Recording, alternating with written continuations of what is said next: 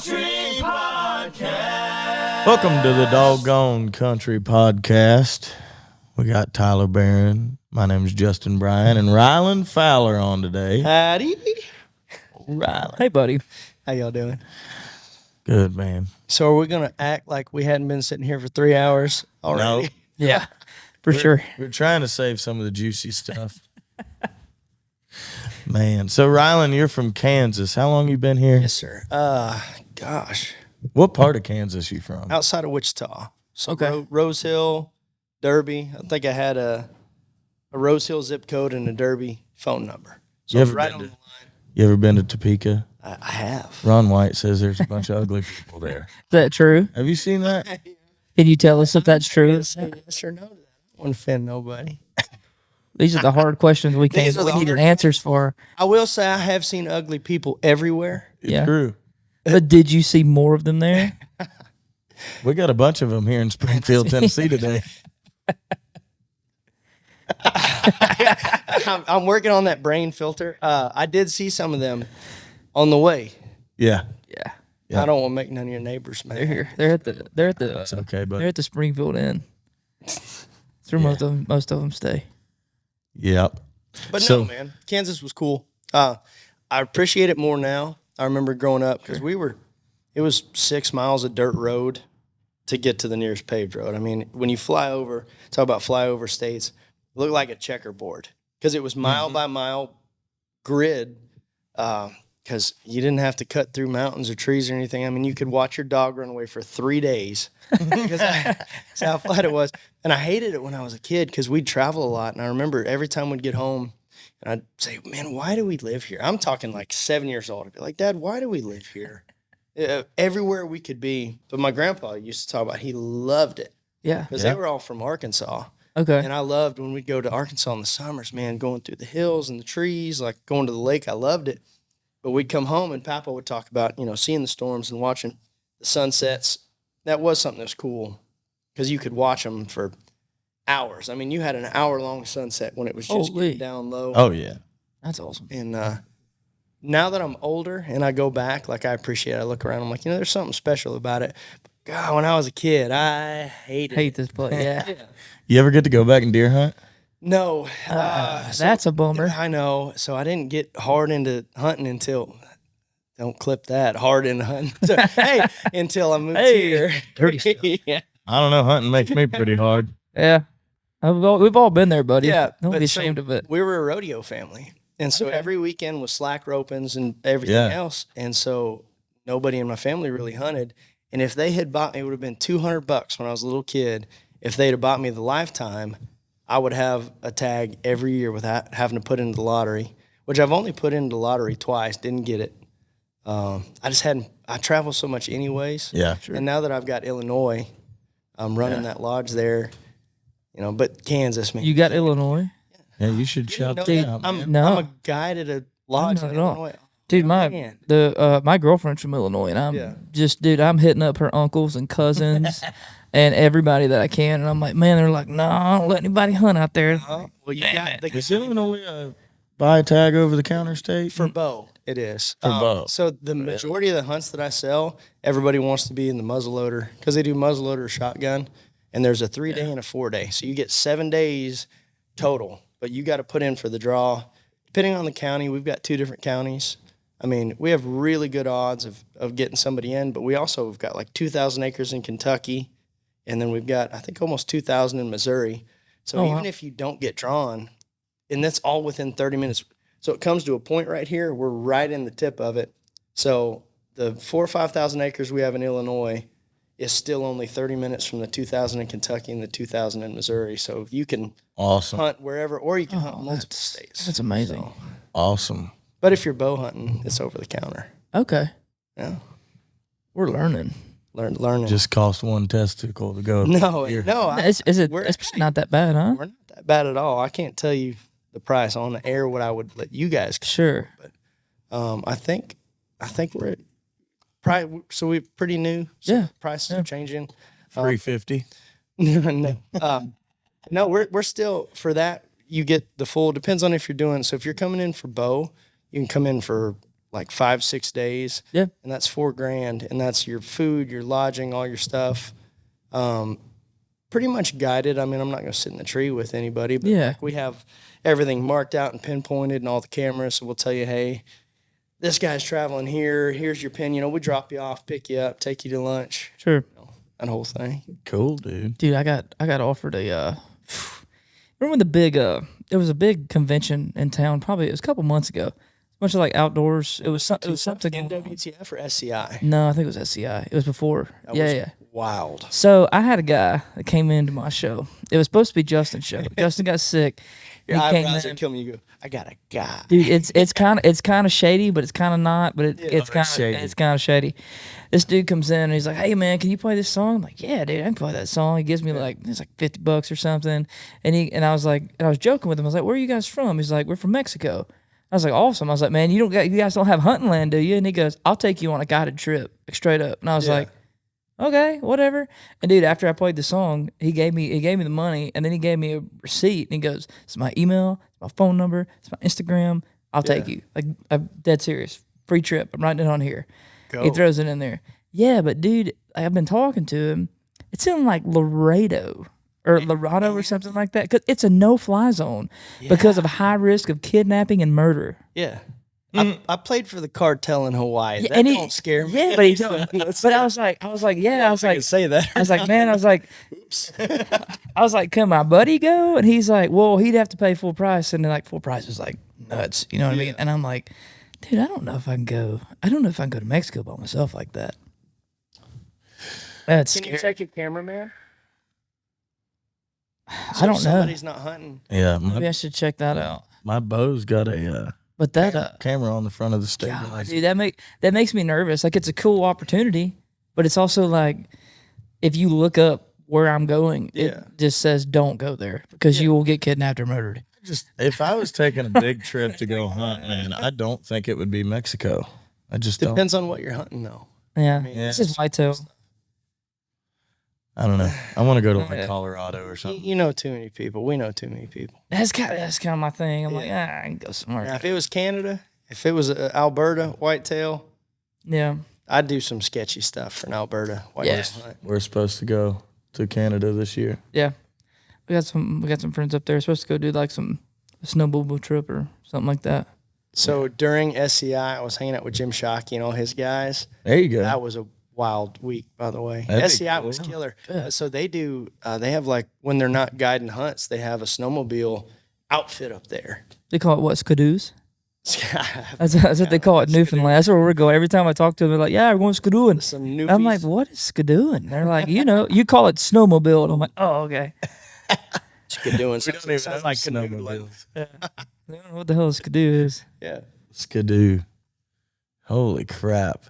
Yeah, I think I would want to go to like Colorado, man. I want to go somewhere pretty if I'm going to go hunt. Like If I want to go, I don't know, like if I want to go pay a bunch of money though, I want to kill an elk. Like I really want to do that really bad. man, I've kicked myself in the So butt bad. though, so many times because I've met so many people at shows and stuff that are like, Yeah. man, we got 600 acres you can hunt. Like, come up and play for us around the fire at night or something, and we'll let you hunt for whatever you didn't want. write it down. Yeah. Or I did, and I got all kinds of numbers in my phone. Hunting land, Kansas, hunting land, Yeah, like- Nebraska. And I've just never called them. And now at this point, some of these people met me 3-4 years ago. Yeah. And I, if I called them now, what would they say? Dude, I do the same thing. You don't even know their name. You're like, hey, are you hunting land? Yeah. Kansas? No, I did the same thing and I don't even know if you know this. I was on the road nationally for like 14 years. Oh, wow. No, I didn't. It was just back then. I was just utility player, singing harmonies and playing banjo, dobro, fiddle, acoustic. And over the years, I have met so many people everywhere. Man, we'll take you fishing. We've got hunting land here. I'm talking from one side of this country to the other, other countries. We're too. idiots for not doing that. And we've all had. And I didn't keep track of. We're all anything. idiots for not. Yeah. You know what I mean? Well, and on that same side, I met promoters, I met buyers, I met all this stuff. But at the time, I was just having fun, man. People would ask me, where are you going this weekend? I said, I don't know. I got to be at the bus at midnight Thursday, and I'll show up, and I'll go to bed, and I'll wake up somewhere, and I'll set up, and then I'll play a show, and then I'll go to bed. I'll wake up somewhere else. All these years, I didn't even know what cities I was going to. I was like, it doesn't Wake matter. up somewhere else, man. So who have you been on the road with? So we should probably explain like how we know Rylan. Oh yeah, I guess that'd probably be like right into the hunt. We're just like we're hunting, and then all of a sudden we're like, yeah, he plays fiddle, and like what does this guy do? Like he juggles on the side. So Be explaining for your kid's birthday party. Are you really? Yeah. Seriously? So we're gonna get that on camera later. if you should juggle them jars or not, but I could juggle shot glasses. there we go. Can we light them on fire? Yeah, You'll be fine. I might also light on fire. You'll be fine. No, I guess we didn't even talk about that. Like I said, so we talked about I'm from Kansas, and then we went straight into hunting. Yeah, Kansas and Yeah, so I started classically on violin when I was 6, I guess. Oh. And piano, and I wish I would have stuck to piano too, but I didn't. So I played in the Wichita Youth Symphony all the way until I moved to Nashville, and then I was at the top of that. I was in the repertory. Moved to Nashville, played in the Curb Youth Symphony until I was 18 through high school. When I was 10, I started playing fiddle. I'm 5th generation, so it's been in my family. You started violin when you were 6. Yeah. So all right. So is there a difference between violin and fiddle? Because you said you started playing fiddle when you turned 10. So I've got that So question I need to know this right now. 10 million times, and everyone's like, "I got a dumb question." So I'm It's not a dumb give you. So my first instrument was banjo. The bluegrass answer that I always got to this, like any fiddle players you're around, and people will come up and be like, "Is that violin or fiddle?" And they're like, "You know the difference between a violin and a fiddle?" And they're like, "What?" They go, "You carry one and you tote the other." Oh, I thought you were gonna say one has strings and one has strings. No, yeah, same thing. Like you carry one, tote the other, string. Yeah. Yeah. No, so the instrument's the exact same. The difference between a violin player and a fiddle player, though, is the number of teeth.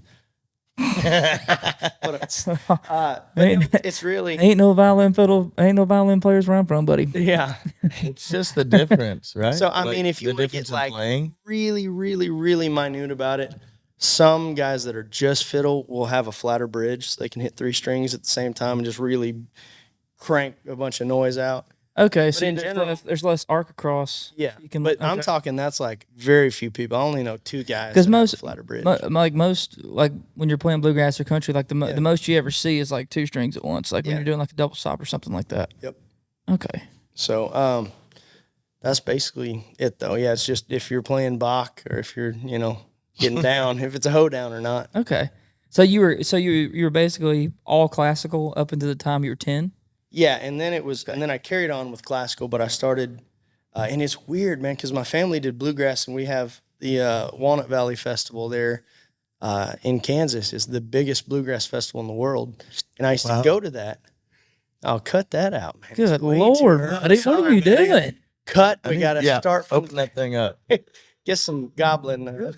Emergency, man. Had to get to it quick. at me. You're dying. Are we gonna call that? Hey, me and Kryptonite, or- Rylan had a rough night. We played last night. Did you? It was a long show. I was off yesterday. It was Here, nice. buddy. We did. We had fun though, man. We That was killed it. Dude, I was off. I sat at home. I ordered B-dubs. DoorDashed it. So you could have been at the show last. Sat on the couch with the puppy. Yeah, you just came and watched your buddies play. You sat naked and ate chicken wings instead. I did. Boy, that That was awesome. Dude, I had a buddy. I had a buddy one time, and I was talking I about. spill sauce all over my lap every time I eat On wings. purpose. Look out. Yeah. I had a buddy one time, and we were talking about something that come up, like somebody like would come in the room like unannounced or something, and he's like, "What the fuck, man? That's bullshit." And I was like, "What?" He goes, "Yeah, like you can't come in without knocking. What if I'm in there fucking, sitting there naked eating a bag of Cheetos with a cheesy dick?" And I went, and it took me a second, and I was like, "Oh." I don't even know how that just happened. Oh, the yawn. But no. So basically, But so back to grew up bluegrass. Give me that, Do the old slide. thanks, buddy. We had The electric we had slide. like a deadener on this thing. so Bach Every time you touch is it, violin. Yeah. Devil Went Down to Georgia is a fiddle. Yeah. But so I grew up, See. because a lot of people, so you grew up doing bluegrass and Yeah. stuff. And it's the weirdest thing. I missed this whole phase because I started playing fiddle at 10. And so we'd go to the bluegrass festivals and all that. But I was, hadn't been playing that long. And then Dad moved to Nashville to kind of make the way for us, for the whole family to move. And so I came to Nashville, and I remember the first artist that he had a bus gig was a guy named Wayne Warner. we had the number one dance song, because that's back when you still had honky tonks. Yeah. Like two-stepping was Like still just huge. straight up line dancing bars. It was called Turbo Twang. We'll have to pull that up. later in Yeah, a little I've bit. never heard it. But so, What year you think this was? this would have been 2003, 2002, 2003. Turbo Twang. Yeah, it was awesome. But no, so Dad, because growing up, so like I said, my grandpa had a band, and then they had 4 boys stair-step 3.5 years apart. Every 9 months, they popped out another boy. So they had the Fowler brothers when they were younger. And they Is this your uncle? So this is my dad and my uncles. Okay. And so they were big regionally. And every time somebody would come through, you know, they would be the opening band, and they do a bunch of shows and street festivals. And I can't remember if it was KFDI or KZSN, Kissin' Country, but they were like the band for the radio station. Okay. But so growing up, and all my cousins sang. I mean, we're just a musical family. Yeah. But I remember when I was little, my cousins would be up singing, and I want to get up there and play. And Dad, that was hard growing up. He said, look, till you earn a spot on that stage, you're not going to get up there. I'm not going to have you up there because you're a kid. Yeah. If you're up there, it's because you earned your spot. I was like, okay. So I never got to get up and play with him. Well, then we're in Nashville because I would spend my summers here for a couple of years when he moved here. And so he's at rehearsals at maybe SIR. I can't remember. And I was out in the hallway. You know, they're inside practicing. I'm out in the hallway Just like practicing violin and fiddle and all this stuff. And the artist, Wayne, asked Dad, he said, hey, you know, do you think your son could play? Because we need a utility player. He said, man, if you want him because he's 12 and he's a novelty, no. But if you do auditions and if he earns his spot, then yeah. So they had auditions, and I remember for like 2 weeks. So we had this little condo over on 8th and Demumber, and we still got it. But so Dad would wake me up at 6 in the morning, and we used to have Eggo waffles. Man, I love it. So he cooked me a couple of eggs and some Eggos, and I would sit there. And back then, because now everybody's so spoiled, you could slow it down, whatever. You can take stuff apart. Sure. We had CDs were still, you know, that was the thing. Hell yeah. So I had this Tascam player, and it was a little CD player. You'd put it in there, and it would show you the time, and you could start and stop and loop the CD, and it would let you slow down. Oh, that's fancy. So at the time, an expensive That's little piece of nice. gear. So I'd go, and I would sit, and I would go to like the fiddle solo, and you'd hit the start and the stop, and it would loop it and play this thing over and over again, and then you could actually slow it down. But now you slow stuff down, it still sounds normal. Yeah. Then it gave you that wow, wow, wow. Yeah. And so I was practicing like, you know, I would play 4 or 5 hours, cook lunch. I'd go back. I mean, my fingers were bleeding. How old were you at this time? I was 12. And so, but he was right there, you know, because he's practicing for stuff too and working and doing other things. And so, man, I was practicing like 100 hours a week for 2 weeks, because people don't realize 7 days a week I'd get up, play, you know, 14 hours a day. Mm-hmm. Well, had auditions, and I ended up getting that gig. So I was 12 when I got it, and then the first show, I just turned 13. It was a couple of days after my birthday. But so I skipped where I was going with that is I skipped the bluegrass part. I went straight to learning Jimmy Mattingly licks off the album, and I tried to steal everything. Yeah. Shout out to Jimmy. That's been my dude. But but where I was leading with that is, so I went straight to learning fiddle stuff, and then I started learning all the old country fiddle songs, because just after that, by the time I was 14, I was playing the back room of Tootsie's.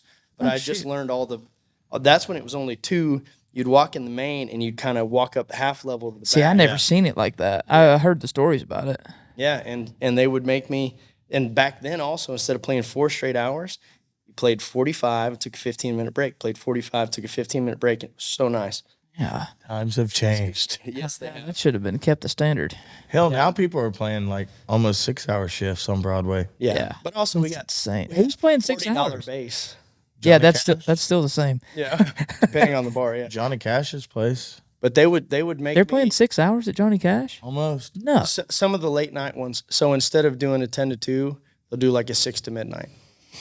But no, so they would Dude, do. like 4 hours, by about a third hour. And I'm they start at 9. I'm ready to go home. And they start at 9 a.m. Man, that's a lot of playing. At least on the weekends. It's crazy though. I could do a double, and like yeah. you go to that second show and you get that little like, all right. and you're like back up. You know what I mean? As Like, long as it's a different bar. yeah, but When if I you're played playing the trumpet, same stage, dude, it's like, jeez. I've only done it one time. I played it triple on Luke's Main A triple? without leaving, without tearing down, without setting up, and it was the longest day of my life. Yeah. But also back then, so I was 14, so they would make me sit on a stool next to the stage. I'd sit there. Yeah. The band would get back up, and I'd go. But then later on in life, going to like bluegrass festivals or Spigma, was at Southern Preservation. Spigma's awesome. But I would go Spigma's great. in high school, and I, that huge hotel, and everybody's jamming everywhere, and I didn't know any of the fiddle songs. Like I was a fiddle player, but Yeah. I didn't know the bluegrass tunes, so I'd sit there and listen to the 1 and the 2 and get through it, and then I would dive in, and I remember people be like, "That was awesome." They're like, "I've never heard it played like that before," but that was cool because I was just kind of listening. I was staying in the right key, right chord. Yeah. Yeah. So yeah, I did. There you go, boy. I got to rambling on that one. Didn't I? So Very who good, is though. that? That's awesome. Should we say who the first gig was with? Yeah, no, that is Wayne Warner. Wayne Warner. Yeah, And I that didn't was hear you say that. Turbo. Turbo Twang. So that sounds like what Mater's name could have been if it wasn't Mater in Cars. No, so we did a lot of because like I said, Hey, I'm Turbo Twang. and so we did a lot of That's a song. I lot don't of know, dance Mater. halls. Y'all go look that up. Turbo Yeah, Twang. Turbo Twang, Wayne Warner. And so we did a lot of stuff. This went right when Buddy Jewell had hit, so we were opening for Buddy Jewell. Oh, hell yeah. We went out on Lone Star too. It's the sunrise. Sweet Southern Comfort, carry on. Yes, sir. He was so good. But the other He thing that won was- Nashville Star, didn't he? Yeah. Is that right? Is that the year Miranda came in second? I don't know. It might have been. I think it was. Yeah, Because I think everybody was like, she's so good, she's going to get a record deal anyway. yeah. Like, let's vote for, which Yeah, he, it don't matter, but he yeah. was freaking awesome. I mean, like, it was both, But no, and I forgot so I was kind of shy, I guess, when I was younger. Yeah. And we lived out. No Texas way. Country, yeah. Dude, I It's weird was- to think about now. I but yeah. was like painfully shy when I was a kid. And I hated, like, do you have like bad stage fright? No. Being on stage that See, early? that's what's weird. I didn't have the stage. Dude, fright. it would freak me out. But I'd come home, and so I still lived in Kansas at the time. So, I'd spend all summer here, every week get out on the bus, go. Then I'd go back to Kansas, and we'd still have shows. So I would like leave Thursday and fly to Nashville, get on a bus, go play for thousands of people. I mean, some of the stuff we were doing, we were out with Rascal Flatts for a little bit. So we were doing some bigger things, but I was shy and I was kind of embarrassed about You? because I was like, that's weird. Like we're farm town in Kansas and I'm flying to Nashville every weekend. So I didn't tell anybody. So this was before you moved. This is before I moved, yeah. Okay. So Dad still lived here in the summer and I would fly back for school. And I was in the special ed program, but on the other side, the gifted program, they called it. So I already thought I was weird because they'd like pull me out of my regular classes and take me to do different stuff. Yeah. And then I'm concert master and first chair in the school orchestra. And then I'm leaving all the time. So I would tell people I was sick. They'd be like, why are you always gone? It would have been sick. Like, way don't cooler to ask. been like, I'm a freaking rock star. No, and I didn't want to tell them, like, yeah, I was playing for 30,000 people this weekend. I just got back from Nashville. You're just like, yeah, man, I got pancreatitis. I'm gonna be out for a while. But and it took me a while, and I was shy. Like I was shy all the way because I went my first 2 years of high school in Kansas, and I had a really tight group of friends, and we were all in the gifted program and all in symphony and stuff, and that was it. Played Halo on the weekends because I didn't have a TV. Oh, I grew up without a TV because we had horses and cattle and dogs. Your dad doesn't seem like the TV type of guy. Yeah, and I had the best fishing pond in my backyard. I mean, to this day, you could catch 200 bass in an afternoon. Go out, little When are we white- taking a trip up white there? worm with a swimmy tail. If I make it, I'm going to buy that place back That's awesome. just to do it. Yeah. If I could pick that spot up and transfer it here. Oh yeah. Gosh. Yep. So Dad had a landscaping company, and so like I said, where we're at is just flat. But he called it Little Tennessee because he spent forever, and he built hills on this 5 acres that we had and planted trees. It's the and made only hills in Kansas, boy. Kansas. 133. I can't say the address because I don't want to dox the people that live there. But yeah, Flatland Trail, right there in Derby, off I guess 55th. You Google Earth it. You find the only hills in Kansas. Yeah, Yeah, that was Rylan. That's what it was. Yeah. But no, so I didn't need a TV. I mean, I was outside. every day. Yeah. Yeah, that's kind of how it was where I was from, man. We were always outside doing something. You were sweating. Hunting or Dude, don't fishing. take that off. Let's see that vest. Oh, you like that right Yeah. here? This is real What is fancy. what is that? Real nice. I got it on sale. No, I'm just kidding. $7.99 retail. Did you see me wearing this? This is Ag Gear. Uh. So this is a company that I work for. I guess I'll look. You said ag gear? Ag Gear. Okay. AG Gear. No, it's a company I've been working with, and it's just built for working. Like this, which this is the black one, so you can't really tell. Yeah. But even the lighter tan ones, we call it Coyote. Okay. The jackets, all the shirts, which I'm embarrassed I'm not wearing a Ag Gear shirt, but they make pearl snaps. They make Oh shit, you got the hat too. I just I seen got it. the hat, yeah. Yep. So they coat it in Nanotex, which whatever that is. What does that do? I don't know. So before they make That's it, so fancy. if I was wearing one, I could pour that apple juice down the sleeve and it would just bead off. It doesn't stain, but you can literally Oh, get shoot. So it's like It you would could, what? You could work. You just could work roll in it. off. So you can like work in it and yeah. So you can get wash track. it and it's You gonna can get. come. What? I missed it. I don't even want. I don't either. I don't either. But no, you can. Don't ask. You can get mud, blood, manure, tractor grease on this stuff, on the jackets, on the shirts. So like if we were gonna go work on a dirt bike over there, I'd be like, oh, I got. You don't have to be. You don't have to be like, oh, let me go change. Let me go change my clothes. Yeah, exactly. You can work in it and spray and wash it. And then you're in like That's cool. and then you're in like a t-shirt with a neck stretched out like a watermelon hole. Yeah. You know? And it's light too. I mean, you can see it. Oh, that's awesome, man. I'll just give you guys the sales pitch. There's 80 grams of insulation inside this thing too, Okay. and a membrane layer so it blocks the wind. They have So it's not very heavy, but it still keeps you warm. they have like an Instagram or anything. I guess. Yeah. Is it like online? You got a website you can buy from? Yeah. Just I just AG gear. I just want that vest. Yeah. Well, I know a guy, and it comes That's in what I'm trying to get. It comes in a killer green. It actually comes in a white Okay. with like crimson logo. I'm gonna get some white skinny No, jeans. don't tell him that shit. Don't tell him. But like I could never wear You it. don't need no damn crimson stuff. Yeah. So it's white with the crimson logo. They got like a white flannel I could put up under it. We do have flannel. That's the crazy thing. The flannels, you can do the same thing. I could pour my drink down the sleeve. It's like hydrophobic, so everything just comes off of it. That's awesome. They have like t-shirts that do the same thing. So they have t-shirts, but they're just not- comfy. They don't do okay, that. got But you. all the button downs do it, all the jackets, all the vests. Also, it's That's called nice. ripstop, dude. You can run this across like barbed wire, and the way the way that they not thread it, the way they manufacture it, instead of just blowing out the side like you would on a regular vest or a jacket, the more it pulls on it, everything comes together, and so it'll just give you that one little hole. So I mean, Is it because it's like that? Yeah, it's got like a pattern. That's what's no. So that's that's what's cool about it. It's Yeah. got that pattern. Like I don't know if you guys can if it translates on camera or not, but it's got like a stitching pattern. That's cool. no, that's just fancy. That shit. got you. No, it's down to the way that they actually. In Kansas, we call that fancy.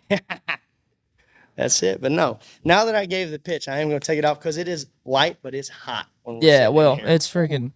it's March in Tennessee. It's gonna be 30 degrees tomorrow and 75. What was it? 40, today. 42 and raining 2 days ago, and now it's what, Yeah. 65 out there. Yeah. Well, what, 7 days ago, it was 80 degrees.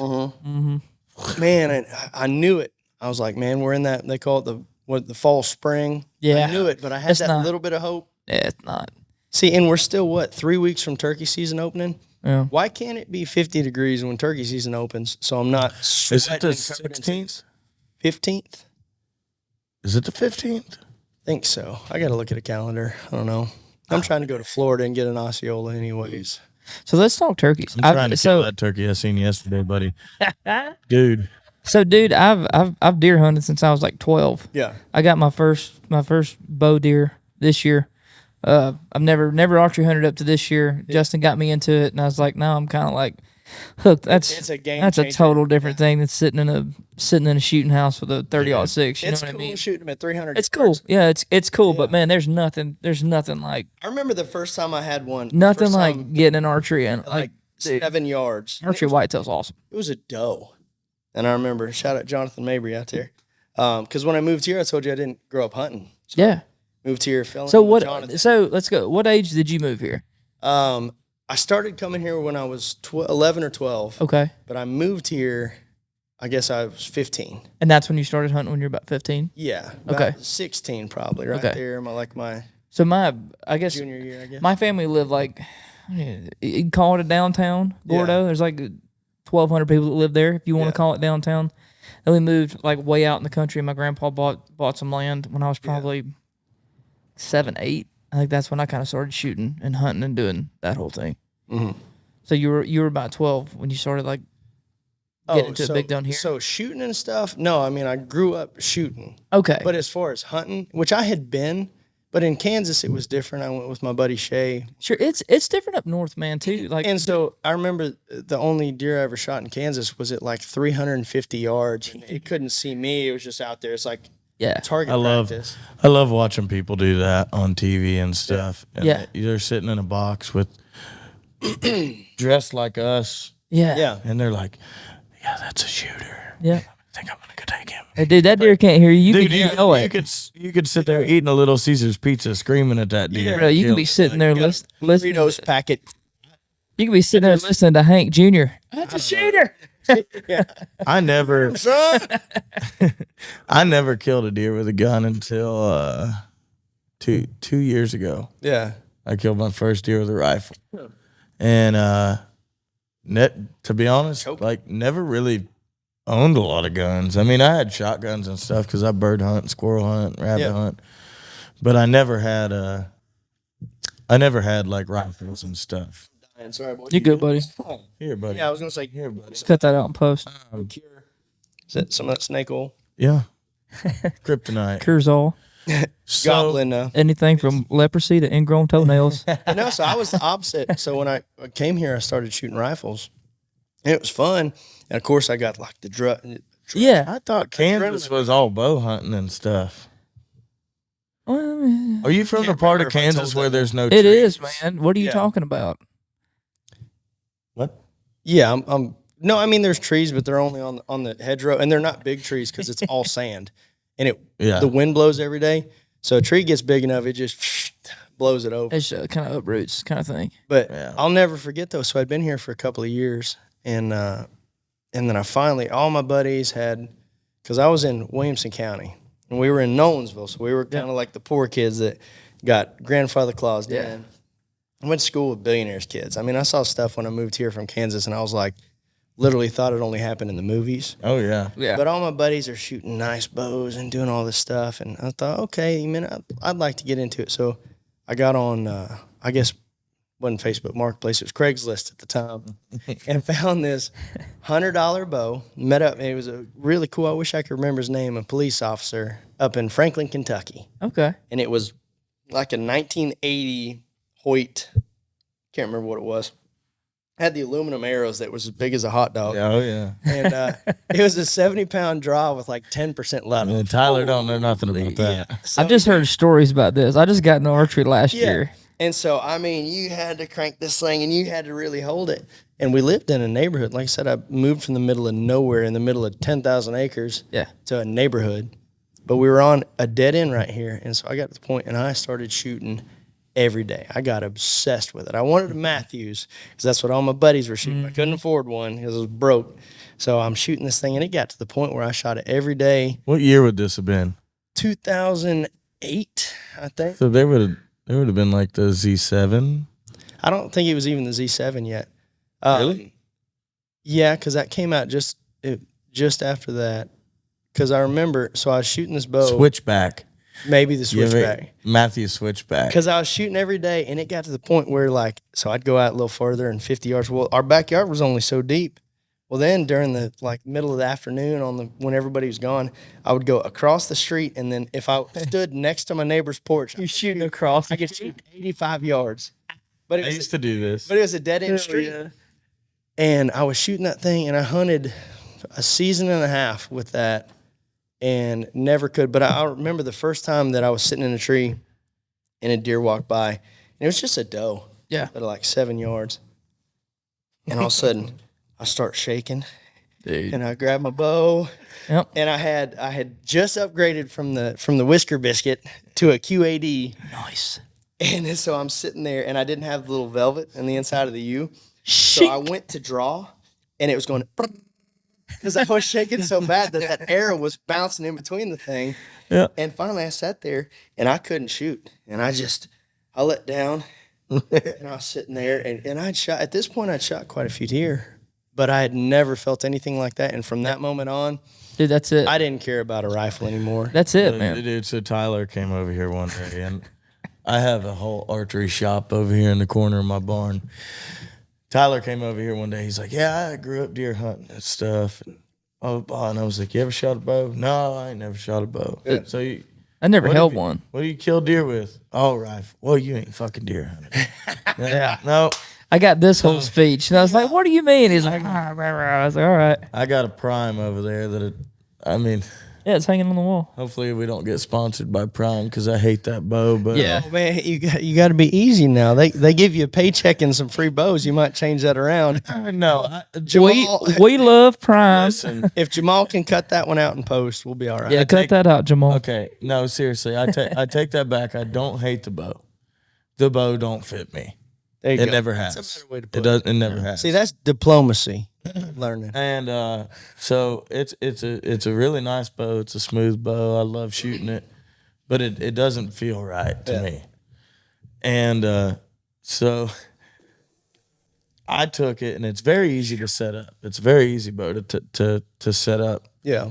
and change mods and change draw length and stuff. So I was like, man, I got this bow. It's a $1,400 bow. Yeah. I said, I'll tell you what, I'll set it up for you, and I'll teach you how to shoot on it. And if you like it, you go buy your own. Yeah. I said, you can even hunt with it this year if you want to buy a bow next year, whatever. Yeah. Because, I have 4 hanging up over there. Yeah. I can pick up 3 of them 4 right now bows and and go a kill. Yeah.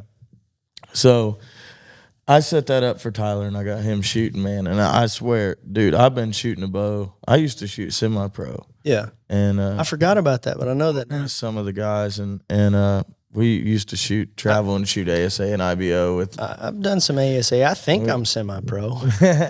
No, we shot a lot back in the day, 3D and all that, and with a lot of guys. My buddy Cody Gregg, I don't know if he's pro now or what, but Cody's a great shooter.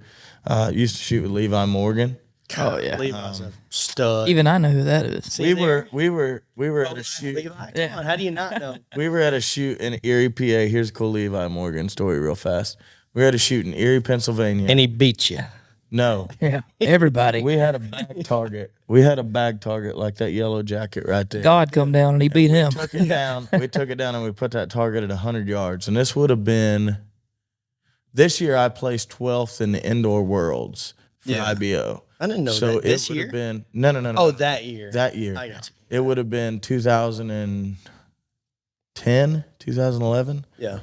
And I used to shoot a Hoyt target bow and the Alpha Elite. I love that bow. But we set a bag target out.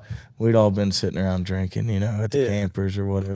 Drinking water all night. I know. And we start shooting 100 yards. Yeah. We were shooting 100 yards with this big bag target. Yeah. Back then, bows didn't shoot 100 yards. Now there's bows that can shoot 100 yards relatively flat. When we were shooting 100 yards back then, Tyler. And the sights didn't go that low, so you had to pick a point in the sky and put your last pin on it. I know because I used to do the same thing. We used to use our bubbles. God. Our bubble at the bottom. Like your level? We would hold Your level? our Yeah. level. Yeah. Oh, you are smarter than me. We would use our level. Good. I never would have thought of that. Yeah. Yeah, and so we're all out there just flinging arrows, dude. They're sending them everywhere. I taped a And toothpick to my riser one time with drinking Gatorade also. Yeah. And so I made a pin coming off the riser that was my. Well, Levi Morgan was out there, dude, and pegging like a 3-inch dot at 100 yards Holy smokes. and The equipment then. with too. the equipment then. Like that's still incredible now. it's then- nuts. Yeah. I mean, he's won the world's like what? All the Tons. times. It's Like when I And got a family in, man, when I like got watching his. when I got into archery, like I right. started looking up videos, and that was the first thing that popped up was Levi Morgan this, Levi Morgan that, Levi Morgan, yeah. Well, so anyways, I got that bow set up for him and stuff, and for me, not Levi Morgan. what I was getting at there, yeah, for Tyler. What I was getting at there is I've been around a lot of people shooting bows, and I've taught people how to shoot bows and stuff. I've never seen anybody pick it up the way this guy did. And like literally the second day, dude, he was out there ringing them at 20 yards, and I'm like, all right, dude. I mean, if you had a whitetail within 20 yards, I had full confidence he could kill it if he had his nerves under control. See, and that's how I know that you were hooked didn't. immediately. Oh, he was, dude, he went through When arrows. we talk about having your nerves under control. Yeah. The first whitetail, I did not. Oh, yeah. So, dude, I set up this double set, and right around the corner from here. I practiced every day. Like, no joke. I went out. He was shooting a lot. I had Peach then. This was before we knew that Peach was. So I got a. Before we knew that she was Before dead. Justin talked. Well, I wanted a retriever. Justin was like, "Dude, you should get a Boykin Spaniel." I went and got one. Got it. Boykin. She did really good. She ended up, dude. She's like freaking. She's deaf and like, she's missing. I think she's deaf in one ear. She's like missing faculties. Like she's not. Yeah. You know. Bless her heart. Yeah, she's a sweetheart. Yeah, but you be over there and go, Peach. And she's like looking that way. Like it's just like. she But has I was out training with her every day, and I would go shoot, and I'd train with her. Like that's what I did, like every morning, because I knew, because I'd watched enough videos to know. I was like, man, like you really got to be on with a bow. Like that's completely different than a gun, man. Like you're not getting that blowout. Well, I know people. I know people that can go out and win a tournament in a heartbeat with a bow in their hand. Yeah. They can't kill a deer to save their life. Yeah. Like it's just a whole nother level, dude. And I'm telling you, man, like this year, so I set up this double set, and This is the first time I've ever hunted out of a tree. Yeah. I'm used to hunting out of a box. Never been out of a tree stand. Yeah. And I hunt out of lock-ons a lot, and a lot of times they're 20, 25 foot high. See, they can't see, but we got a couple lock-ons hanging on the shop here. I see your climber there. Yeah. Well, one of them. Yeah. But so we're in this double set, and I didn't set it too high because I couldn't in the tree, but Oh shit, it's high as hell. his is about 20 foot, and I got to climb Like into his stand. to get up. I got to climb into his stand, hook to another rope, get on the seat, climb into mine. So I'm probably 23, 24 foot up. Well, we get up there the first day, and there was deer everywhere, man. I mean, just that place it's like infested with them, man. Yeah. Is this the old place? No, it's a place we hunt right around the corner here. And so the first Hit deer, me up, and I'll drop a pin for the right price. So the first deer he killed, I'll give you his old address in Kansas too if he does that. the first deer he killed, we're sitting in a tree stand, and I'm sitting there, I'm like, what is that? And I'm like looking around, I'm like, dude, that's 2 bucks. Like, dude, they're sparring. It was like I look not over right. and they're just, and I'm like, and it was 2 little bucks. it's like that's you always see that on TV, man. They're fighting each other. You know what I mean? Oh shit. It was 2 little bucks, and You lost all the blood from your pinky. Dude, I didn't care. In my mind, that 4-point was 180-inch deer. Yeah. You know what I mean? Yeah. well, so these deer, I mean, I hear them, and then I look over, and through the branches, I could see them back in this clearing, and they're just, dude, they were going at it. 2 little bucks. Yeah. And I told Tyler, I said, look, dude, I said, you got to get your first one under your belt, man. I said, you got 2 buck tags here. I ain't going to be mad at you if you kill a little one. Yeah. If it comes in and you want to kill it, kill it. Side note, real quick, just the entire industry as a whole, that's the way we need to go at this. Yeah. Because I get so mad when I see somebody post something. Getting shamed. that they're so happy about. Yeah. They're grinning from ear to ear. And then people just roast them. Needed another year. Because I will say now, after shooting that deer, yeah, I got real picky. I was like, all right, I got that. That's cool. That's done. And now I'm like, okay, I'm not going to do that again. the industry, it's gotten to the point where I know people that have killed deer. You have to take those stepping stones, man. Like Here's the thing, dude. And not posted it because they're like, man, it's not big enough. That's not. Here's the thing. Would you rather... I do it because I love it. I know that's why you do it. Would you rather them kill a forky horn as their first deer ever? Yeah.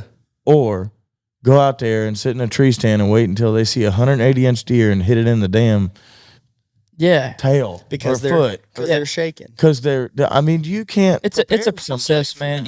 You don't just start out killing huge bucks. Well, look at it. Look at it as what we do, man. You start playing at the back room of Tootsie's. And not at 14 years old. Yeah. No, not even there. You start in a little dive bar in your hometown with one little speaker behind your head. Yep. It sounds like ass. Yep. Playing acoustic, and in front of 3 people that showed up to see you that night, and one's your aunt and 2 are your cousins. Yeah. And then you work up to playing for 50 people, and then maybe someday after playing for 2,000 or 3,000 people, you can move up to playing for 10,000. Yeah. I look at deer hunting the same way, man. I think you need to kill a bunch of does, and you need to get your nerves under control and learn when you can move, when you can't move, what that deer's doing, why it's flicking its tail, why is it holding its tail up, why is it about to give me the fake? Why does it keep why does it keep looking at the ground and then jerking its head up? Yep. Like, people don't know that when they first start hunting. I can look at a deer right now and tell you that deer is calm as can be. It don't know we're there at all. What it's thinking, how many kids it's had, what it had for breakfast. Well, you can't do that, but I tell you what, you that's can something. tell. That's something you don't get at 300 yards. Yeah. You know? And see, I got lucky. I say lucky, and I didn't realize it then. I realize it now. So when I moved here, I didn't have land. I moved to a neighborhood, and I started shooting, started hunting. But so I was lucky enough to have a couple of really good friends that had farms. But I could go out and kill some does, but I couldn't kill bucks. Yeah. But I didn't think about the good thing on that is the first couple of years that I hunted, all I did was stack does. Yeah. And That's getting I shot a couple of scrub bucks, but as far as like, and then I remember the first time that I ever had a piece of ground, and I was saying, whatever you want to shoot. If you're managing your own property, It's different. Yeah, it's different. But I remember the first year that I had a piece of ground that I had planted myself. I had set up. I looked at wind patterns. I'm going to set up here for this wind and this. And I remember the first time that I ever had like probably 135-inch 8-point walk in and look at it and go, nah. Nice. And then it got across the field, and I remember sitting there, and all of a sudden it hit me. I was like, oh, I can do that now. Like, that's so cool. Yeah. The fact, because I had never been able to manage my own property. Sure. Pardon my burp there. Oh, you're good.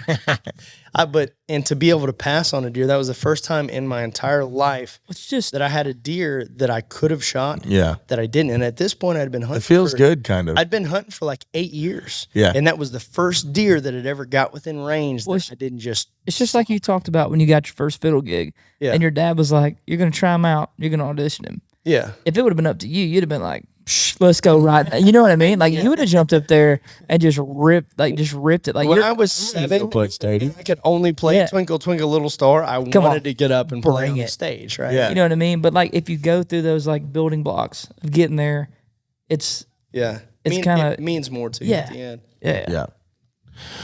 Well, I wanted to loop back around and Dude. tell 2 quick stories. do it. Because you were talking about your first, you said he was within a few days, he was ringing at 20 yards. And that's, I said, knew you were hooked. That was it, man. That when I seen that deer out of the tree stand, dude, we're sitting up there, we're in a double set, and I shit you, like we're sitting in a walnut tree, so there's already just like walnuts, just like we needed a football helmet sitting in this tree anyway. You know what I mean, dude? We're sitting up there, and Justin's he's got And every time you hear one hit a limb, you're like, He's got it on camera, dude. I'm sitting there and I'm in my stand on the other side of the tree. Yeah. His stand is shaking, like you can see it in the video. And he's like, oh, dude, "Tyler," I was pumped. he's going, "Tyler, calm down." And I just go, "I can't," and I'm still holding it like full draw. I'm looking down at him, right, and I'm Dude, like, I could not. Well- I've been on stage in front of a lot of people. Like I've been in high pressure situations. in his defense, I could not bring it together. as small as that deer was, when we seen him, It they did were look bigger. fighting. Yeah, it was awesome. You know, You just hear your neck swole up. the best thing they're all was is bristled up. we're sitting there, we're talking to each other, we're bullshitting, whatever. You just hear, they're just butting heads. We look over, and I'm like, "Dude," and I was like, "Is that deer?" And then I'm like, "Dude, they're fighting right over there." Well, And they go back, and then they're back there, and I'm like, "Man, they're not so going to come out. they make a They're big not, loop. They're not going to come out." And dude, they just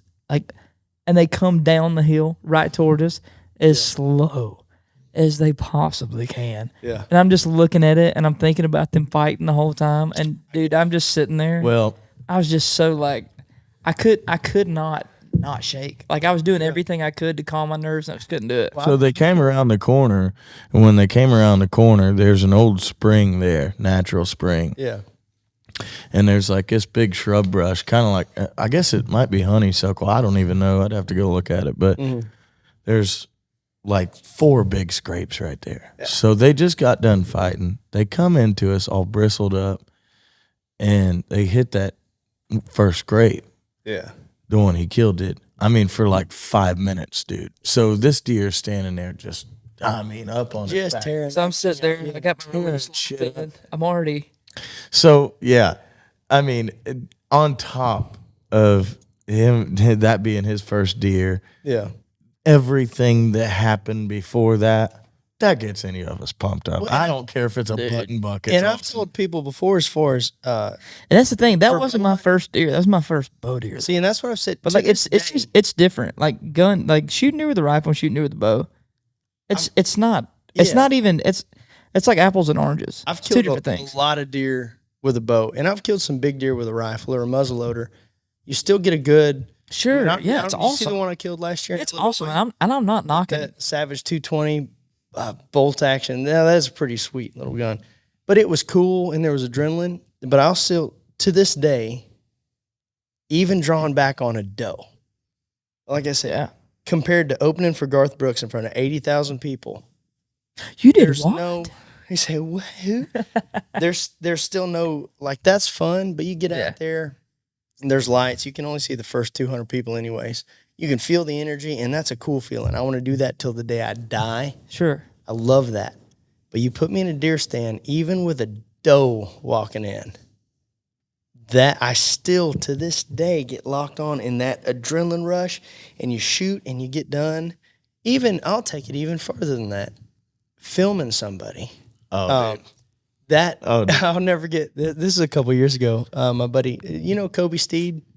I know of him. You've seen him around. Yeah.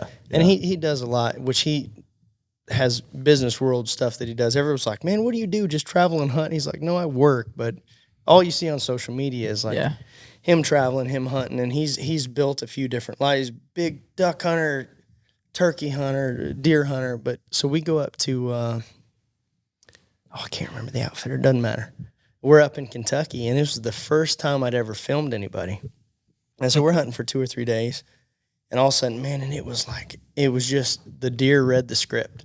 And we're in offset the same way, which I can't remember. I think he was in a lock on, and then I was up above him, which I had my climber because it wasn't set for a double set. Yeah. So climbed up in his, hocked on, climbed up above him, and I've got all my stuff, and I'm sitting. So here. you climbed. I've done this. So you climbed up in the lock on with it on your back, and then put it on the tree. Got in his lock on, put it on the tree, and then climbed up. You can do that, buddy. I've done it several times. It's sketchy. No, it's that's fucking sketchy. Back before I used to even. I'm a big proponent of safety now. Wear your harness. Dude, wear your harness. Wear your harness. Wear your harness. Wear your harness. Okay. Wear it. While we're on this, I gotta say this. No. Tyler don't remember this, but yes, back when I'm sure me and you started hunting, nobody wore safety harnesses. I didn't until about 4 years ago. And I'm telling you, it's wild to me. Nobody did, dude. I'm gonna be honest with you. They never even pushed them. If my first time in a tree stand, I wasn't locked to that tree and somehow, dude, I don't know, man.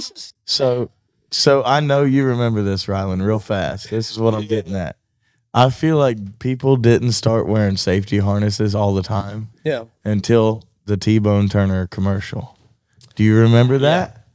Where T-Bone jumped out of the tree stand and the whole tree fell?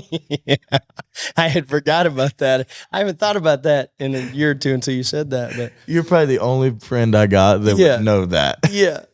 That was one of the funniest commercials ever.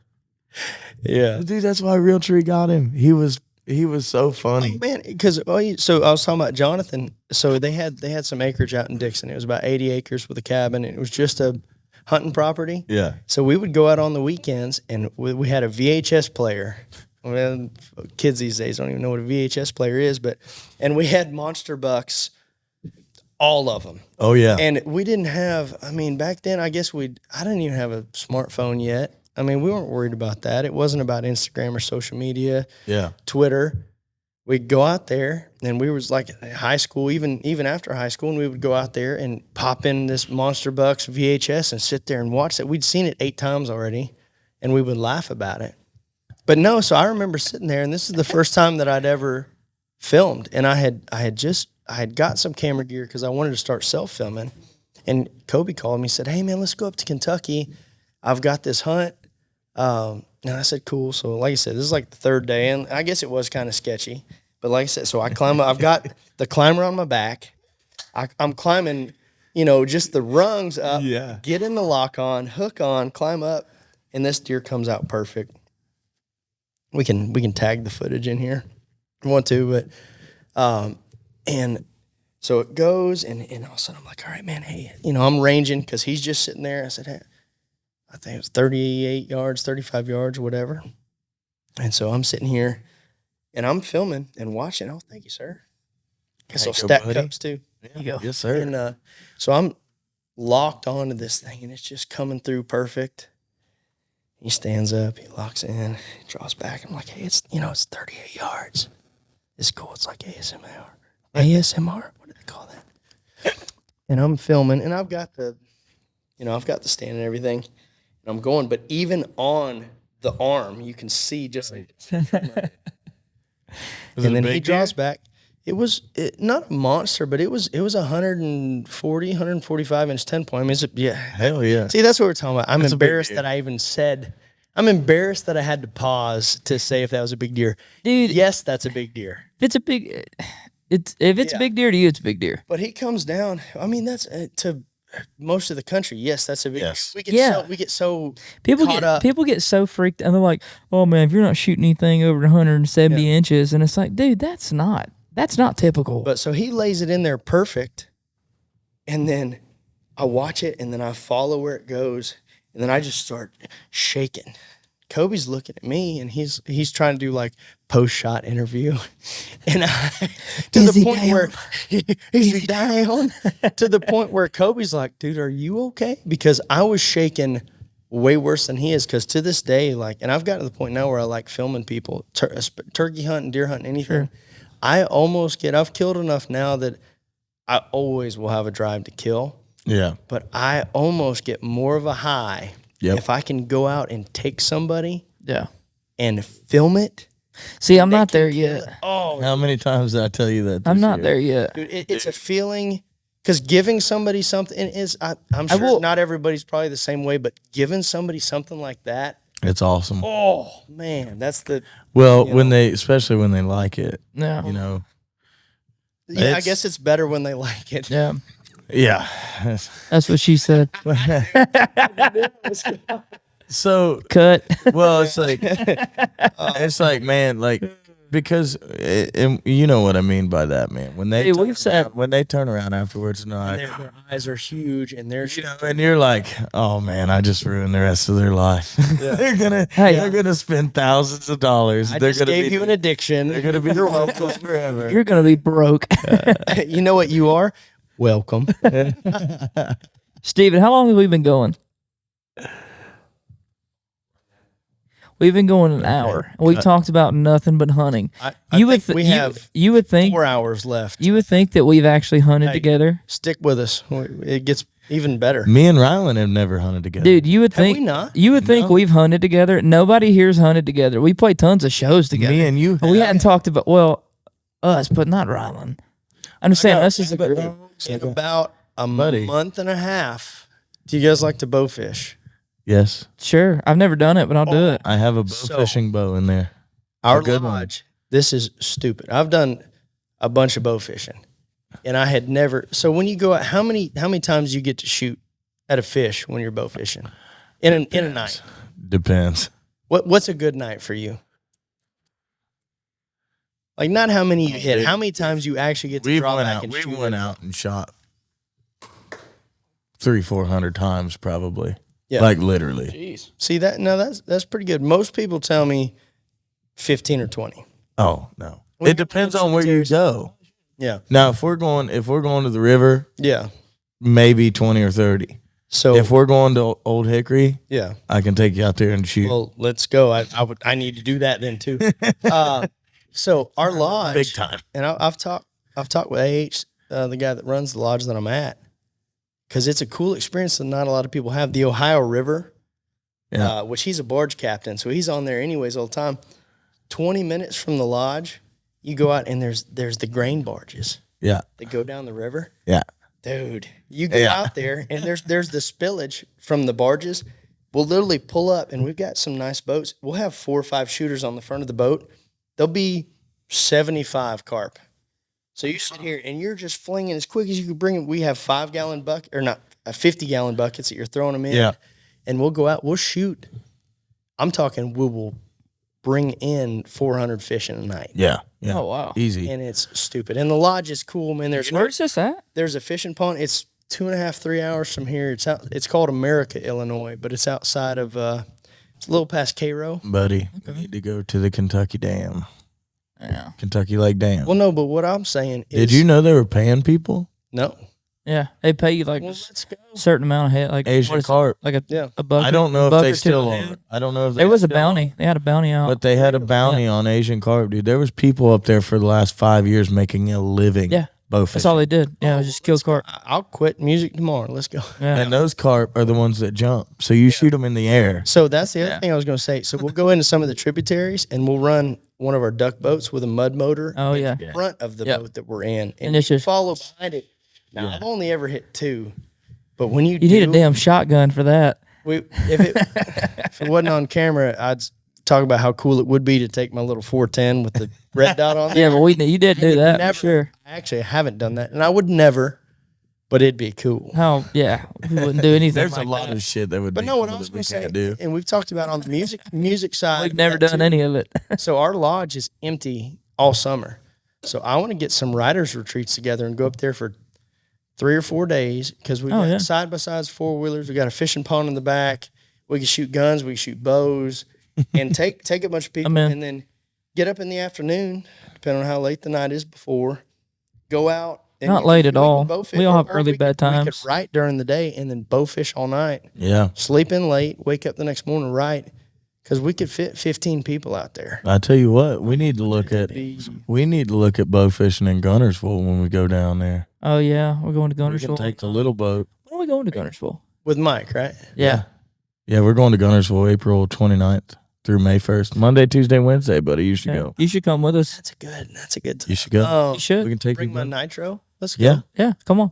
Okay. I'm Okay. serious. Gunnersville was a good time last year. Yeah, dude, Gunnersville is awesome.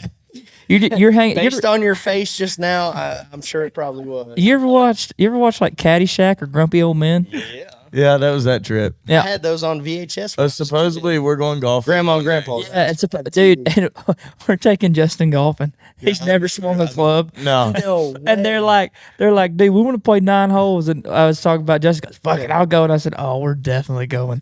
Oh, I used to be good. I at got golf. gloves. I got gloves. I got clubs. I've never swung one of them bitches. They just stay in the bag, boy. So when I was younger, I was good at golf. Yeah. And then now I have titanium pins in both of my shoulders. So now when I swing, it's like I'm wearing a straight jacket. What'd you do to your shoulder? Is that for fiddle playing or something else? I guess which one was first? I guess this right when I was wrestling, and coach put me up against a 12-year guy that had 2 weight classes on me, and Yeah, he's that'll do. flipping me around like a rag doll, and I get sprawled out because I'm not going to let him flip me, and I'm face down, and he's cranking on this arm. He's got his knee in my back, just playing with me, pulls, and this shoulder just goes Ew. out of socket, and this arm lays completely flat across my back. Then I go and I get it checked out because we're able to get it back in socket. Ugh. And then I go and get it checked out, and they're like, "Oh, we're not going to do MRI. I think you just got a tear." Yeah. That motherfucker was perpendicular across the back of my neck. That doctor needs his medical license review. So they said, Oh, you rub some dirt on it, son. You'll be fine. we're going to have you do physical therapy. So I did like 3 months of physical therapy. Never got stronger. Still hurt. That's right when I moved to Tennessee. Well, You're lucky you can still shoot a compound. yeah. Shitting. Well, so it's been fixed now, but So I moved to Tennessee and started playing football. And at this point, I had worked it out so much that I got all the other muscles around it stronger. Oh, wow. That'll make my shoulder feel better, right? It'll make everything feel better, buddy. So I'm playing Turn all your bad feelings into good feelings. Yeah, so I'm playing football with this bum shoulder, and I go up, and I can't remember if I was playing corner then, but I went up for pits and tits block, and I overestimated, and I threw my arms out too quick, and this arm locked, Overextended. and he hit me, and I just got pancaked, and it goes back. Well, I didn't, every time you get hit, it hurts, and you get up, shake it off, and you go back. And this is just practice, too, not even a game. Yeah. And I look around, and everybody's looking at me like they saw a ghost. They're like, we know he just got hurt. I was like, what are we looking at? And he don't know it, but we know it. because I can't see this arm, and I'm looking around because I got my helmet.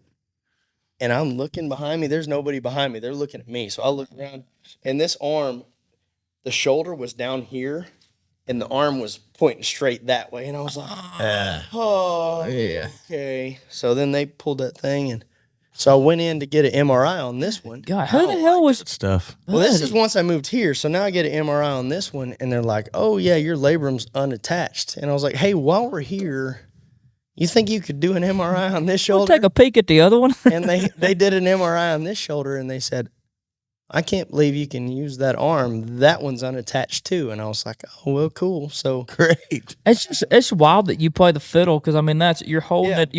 it here and you're here. So I got this one and done. you were playing the whole time, I'm sure. Oh, yeah, the whole time. And so I got this one done. So they put me in a sling. And basically, I had them back-to-back. This is my junior year, I guess, of high school. I got this one done. And pretty much as soon as I could wipe my butt with this hand, they went ahead and did this one. This one went way smoother, though, because they told me, they said, hey, if you work out everything, they said the more you work out, the quicker this will go. So this arm, I was in a sling like a stabilizer. You got the pillow here. You got 3 straps around. For 2 months, couldn't do nothing with it. Well, the whole time we had morning workouts. It's like January. So I'm in the gym doing bicep curls and triceps and everything. They called me Mr. Clean for a little bit because while this one was in a sling, this arm got tiny from atrophy. And I had like an 18 – I had a way bigger arm than I have now. I had like an 18-inch bicep over here. And so by the time I got this one done, I'm talking 2.5, 3 weeks out of surgery, I was using this arm. And it was Damn it, boy. yeah. Damn. That was oh man, I forgot it. That year was rough, man. I had 2 shoulder surgeries. Now it sounds like it. At the same time, I'm not gonna say his name. I love you, JB. I'll say that. Thank you, bud. Justin Brown. No, another but I didn't even think about that. One of my best friends in high school's initials were JB. Damn, man, what you do to Rylan? Golly, buddy. And he's a lot bigger now, but we was both little. We were wide receivers. I mean, I did some middle linebacker too, just because I could hit. But so I'm in there every day working out just this arm. I do core and I would do this arm. So I had a 6-pack and one big arm. I look goofy. Well, he goes to pick up. We get done. I've been working out, sweating. It's hot, everything, and I'm wearing white mesh tennis shoes. And we're going to rack up all our weights, and I go over to the rack next to him, and I throw up a dumbbell. And there's a 45-pound, and these are the iron Oh, yeah. big ones. And he goes to swing it up, and he tries to put it on the top rack. Pinches his finger when he does it, goes like that, and pulls this 45-pound dumbbell off the top rack, and it goes straight down and lands on my big toe. And it was one of those things where I didn't even make a noise. It happens, and I go, And you know it's bad, but you don't want to look at it. man, that hurt. And I'm sitting there, and I'm sweating, and my blood's pumping.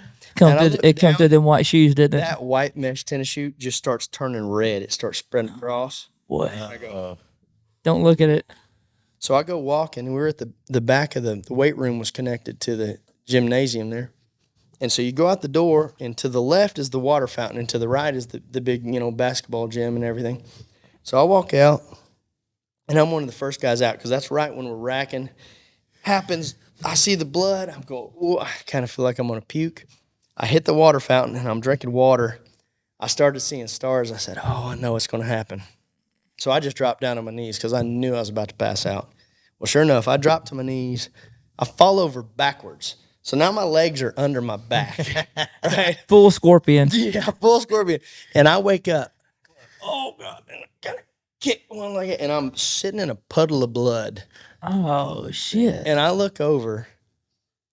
I'm by myself at this point also. So keep in Where mind, did your buddy go? this is right next to the door. So the door's here, water fountain's here. I'm more worried about, like, do you have all 10 toes or not? The entire football team Are you missing a toe? walked past me, laid out flat on my back to go into the gym for coach talk What that the? morning. So I'm looking, and I wake up. Talk about a band of brothers right there, boy.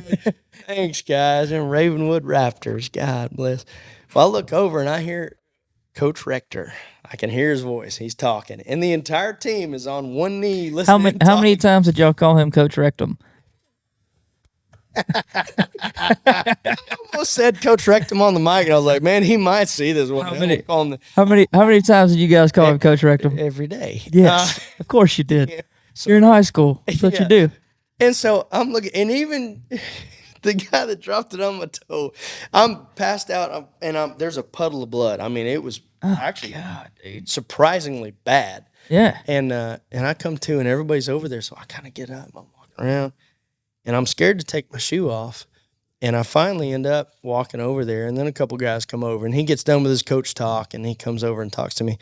I'll take my shoe off, and it's just sopping, soaked with blood. Pull my sock off, and my big toe was just a pancake.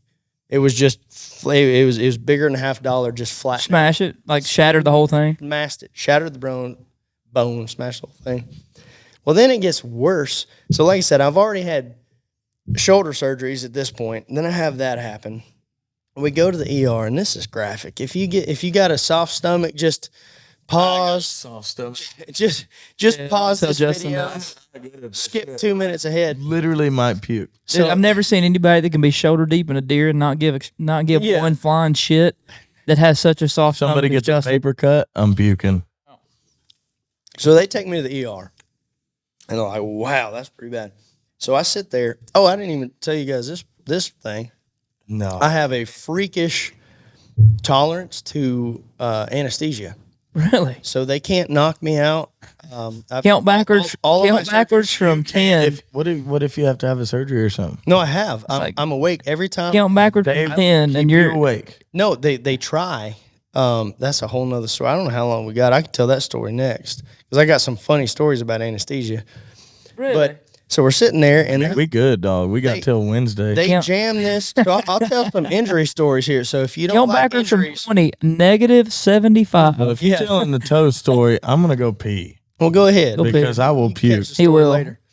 So they're taking this needle and jamming it in my toe, and I was like, You're watching all this? yeah, and I was like, hey, I'm just telling you, save my folks the money on the insurance because it's not gonna work. But they go ahead and they try to numb it up, so I can still feel everything, and my toe is in pieces. So they start from one end to the other, run this needle all the way through the toe, and go over the top and stitch all the pieces back together. And then where it got worse, they had pulled the toenail off. Well, then for whatever reason, this doctor, to protect the toe bed, the nail bed, puts the toenail back on top and takes a thick needle, goes through the toenail, out the side of the toe, and does that a couple of times. Oh, you want to talk about Oh, who? Well, buddy. 2 weeks later, the toes all swole up, my ankles all swole up. I go to the regular doctor. It swole all the way up to your ankle? Huh? It swole all the way up Oh, to your yeah. ankle? All, my whole foot, I couldn't put my shoe on. And the doctor won't get there. It's like, oh, we got to take this off now. When he put that thing, he just trapped infection in there. And he was Yeah. like, man, I'm a doctor, so I hate the suing culture that we're in. He's like, but this is malpractice. Like 2 more days, I'd be cutting your toe off. So basically, you got worked on by you got passed out by Coach Rectum, and you got worked on by Dr. Rectum. Pretty much, it sounds like. So I had that whole thing. What else happened? I got my wisdom teeth taken out that year. I can't tell some of that story, but I got dry sockets. Oh yeah. So I had the toe thing. I had 2 shoulder surgeries.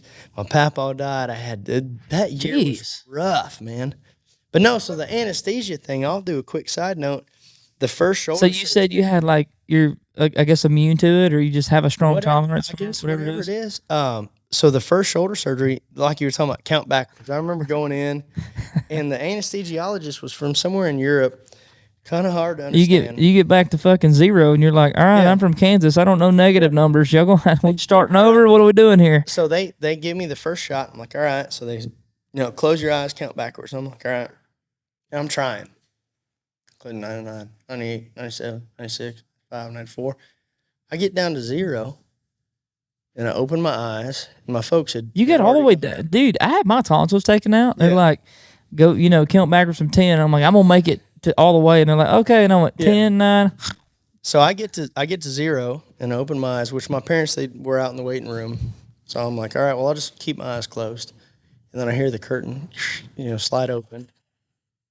And then I hear somebody shuffling around, and I open my eyes. I said, excuse me. Nurse almost jumps out of her skin. They thought you were asleep. You had your eyes closed.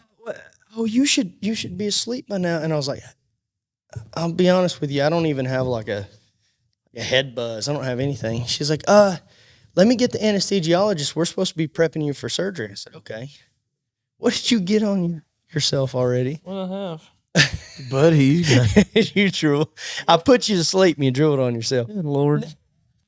good Lord, Janice. So then the anesthesiologist comes back in, and he's like, okay, we're going to give you another shot. Because at this point, I'm like 140 pounds. Like I'm a kid. Yeah. He's like, we're going to give you another shot. He's like, this is what we'd give like a 250-pound man, but okay. So they give it to me. They say, same thing, count back from 100. I said, okay. So I sit there and I close my eyes. Okay, I missed this. 98. So I've already had one shot, and I made it to zero. So you don't pass out. It No. won't. They're giving him his second shot. So they just gave me the second shot. Okay. I scared the crap out of the first nurse when I came back in, and I was awake. So then I'm like, all right, 99, 98, 97, 96, 95, 94, 95. This is not going to work, but all right, 80, 80. I get done, and at this point, I'm not even closing my eyes. She comes back in, and I was like, hey, it's not working. And she was like, How does it make you feel? oh, that's the worst part. We'll get to that. And so she goes, oh, we got to get the anesthesiologist again. And he comes back in, and he goes, did you eat anything else or take any drugs that you didn't write down? And I was like, no, I haven't eaten or drank anything, but I haven't even had water in 12 hours. He's like, okay. He's like, man, every now and then some people have tolerance. He said, we can only give you one more shot without worrying about killing you. And this is what we would give a 400-pound man. And he goes, Rylan's not 400 pounds, by the way. If you're just listening to this and not watching the video, he goes, I don't know if you know what a hangover is. And without incriminating myself, I was like, of course not. yeah. I've never drunk I do. He's like, anything.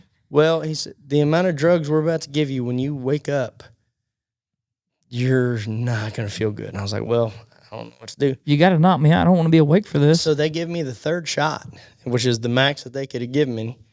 And same thing. I count down. At this point, I get like a little 4-beer buzz at the back of my head. I feel a little loose. Yeah. That's it. They come back in, and I was like, hey, I'm still here. And so then they go, and I'm supposed to be going in for surgery already. They're like, well, we can't give you any more shots. Only thing we can do is gas you to try to make. So they gave me laughing gas, Yeah. which just made me goofy. Nice. Yeah, no. Dude, that stuff's the best. And so to the point where they got me on the gurney, they roll me down the hall.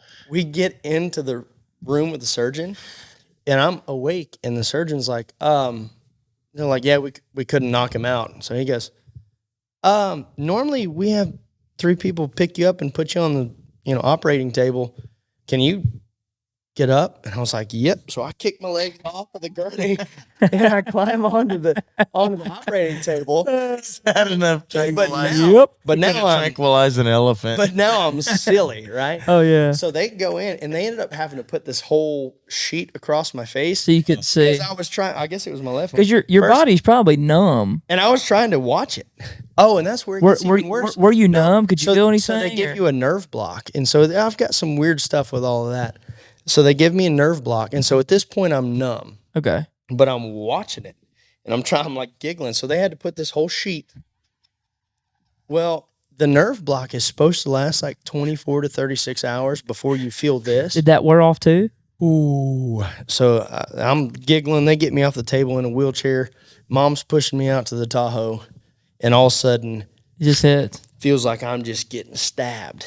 The nerve block wore off, which is weird because that's not even a drug thing. That's an electrical shock to the nerves.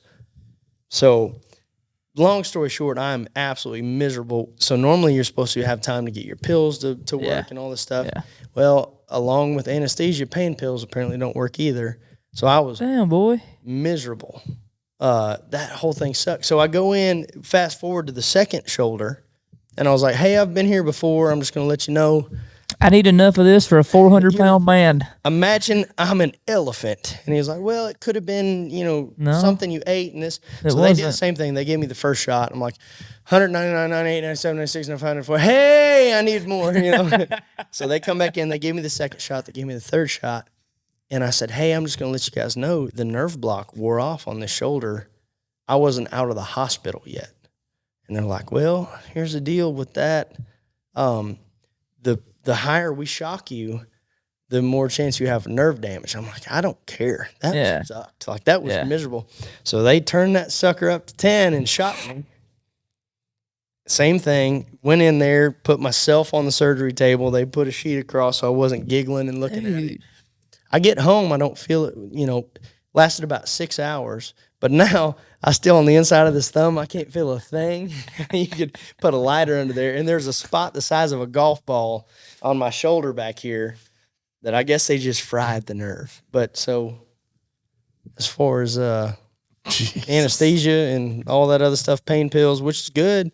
Dude, that's insane. Problem with America, they give out pain pills like candy. So I was a kid with hundreds of pain pills, but they didn't work for me, so I didn't get Hell with addicted it. to them. Yeah. I was like, Sell them or what? No, I didn't do that. Sure. It'd be bad. ask me that, Justin. Cut. Oh shit! I'll take that out. So we've talked a whole bunch about hunting and fishing and bow fishing and Anesthesia. surgeries. Today's been the doggone ADHD podcast because we have just We have. Dude, this is every podcast we do. So here's This is how this, I want to just come watch all the rest of the podcast. this is how this I goes. don't have to be on them. I just want to watch them.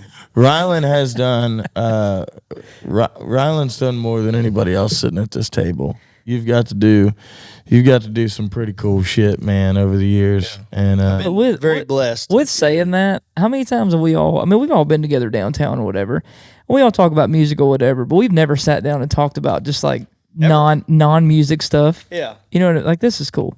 yeah, I like this. but so we got to talk about it a little bit. Yeah. 'Cause we all play together, man. I feel like us three all like the same kind of shit. Yeah. too. And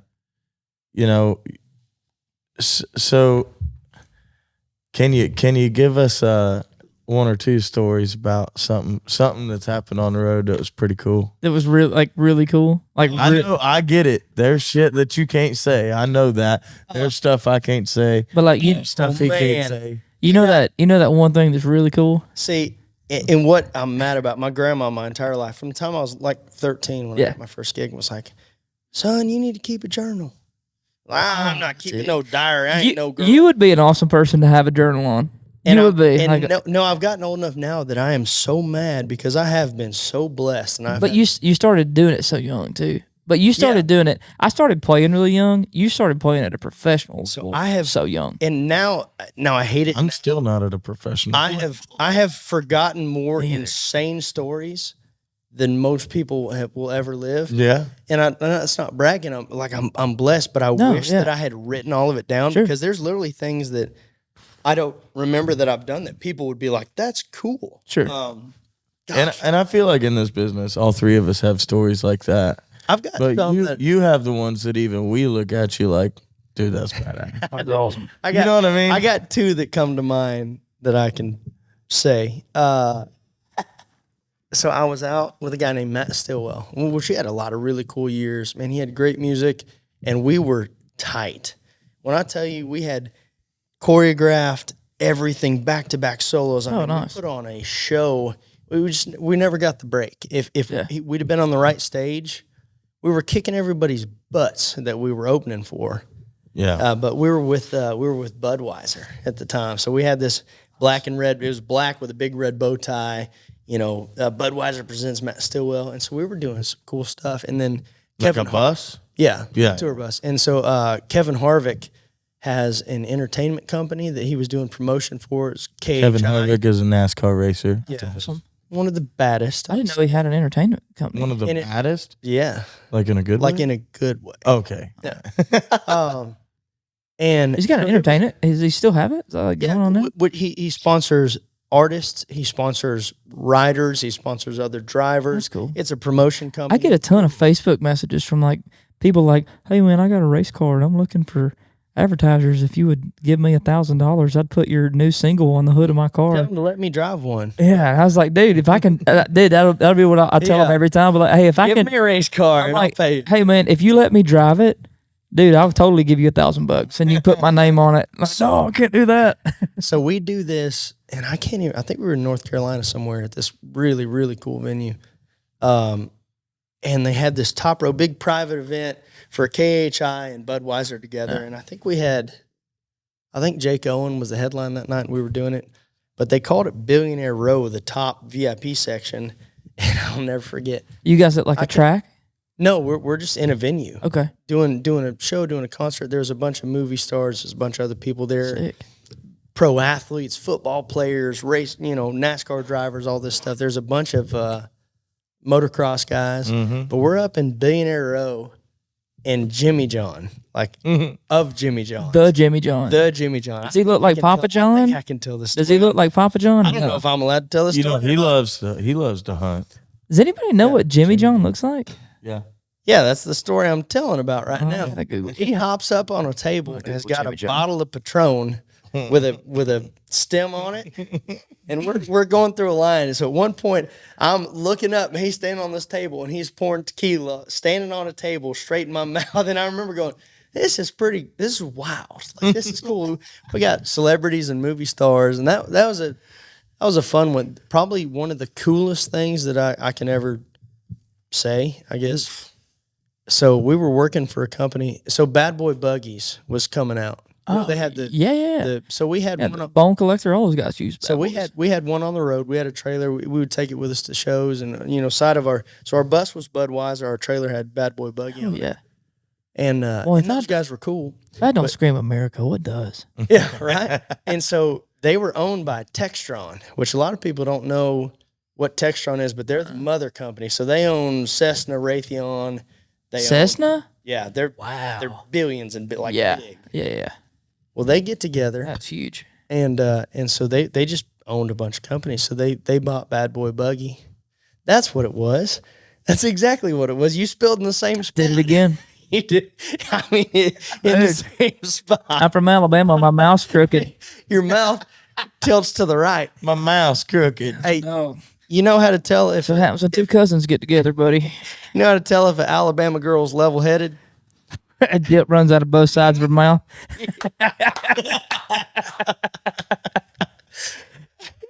Damn it, boy! What's that thing over here? Hey, if I had that vest on, I could wash this out later.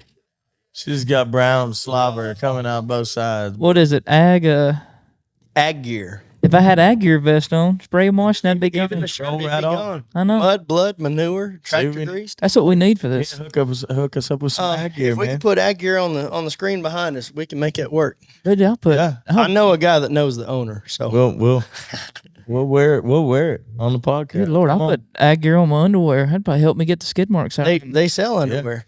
Side note, man, I'm so 80. That's what they need. That's what they need to go into, man. The underwear business. You know what? After I finish this story, remind me. Nobody forget. Jamal, remind us.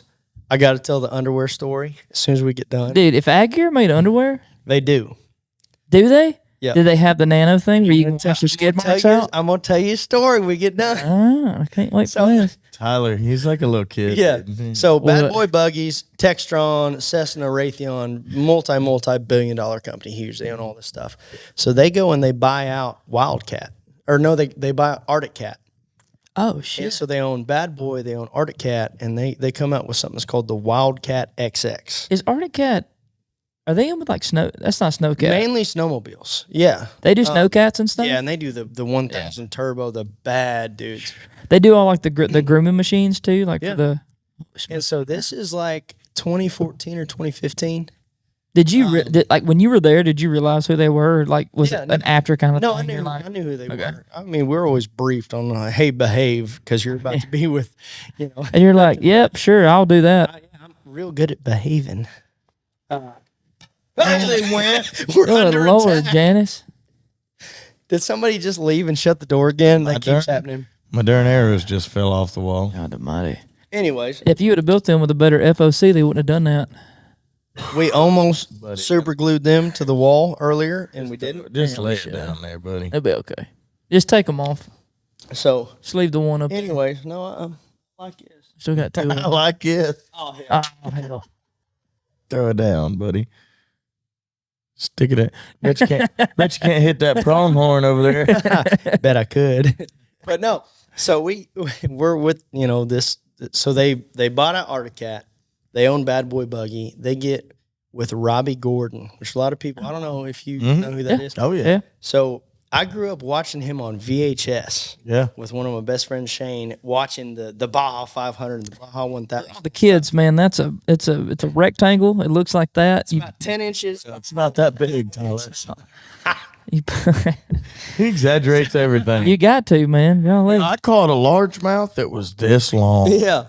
That's how you know a real hunter and fisherman. So, You know what yeah. I mean? If you ain't exaggerate, what are you doing? Yeah. Lying to That yourself. turkey right there had 2 3/4 inch You spurs. dang skippy, it did. It was a six. And, It was a 6.2, man. It was a 180-inch turkey. Thing was huge. You should have seen it. Scored 342. You would never believe it. And, That was fenced in. That was a high fence turkey. That's a high fenced turkey. anyway. It had its wings clipped. Goofy goobers. Oh my God. Yeah. So back to it. Dextron. For all you vegetarians, they didn't have his wings clipped. PETA, don't come after us now. If you're a vegetarian, you should probably not watch this podcast anyways. So So, and this was probably one of the cooler ones that I can say that I remember and that I can say. yeah. So we did this stuff, and we would do corporate events and all this stuff. Yeah. They were super cool. But so Robbie Gordon, and I didn't know this until later, Robbie Gordon built the Razor. And he worked with them for years. Really? Polaris? Developed for Polaris. And then as soon as they get the bugs kinked out, they fired him. No. So Can we say that? I think so. Hell yeah, we I don't know, can. This might all be confidential, but hey, here's the dirt. This is the real exclusive. And so he goes, Textron gets a hold of him and says, hey, we want to build a Razor killer. So he said, okay. So they spend a year and a half. They take Bad Boy, Arctic Cat, they take the motors from Arctic Cat, and they just get to going, and they build. It was called the Wildcat XX.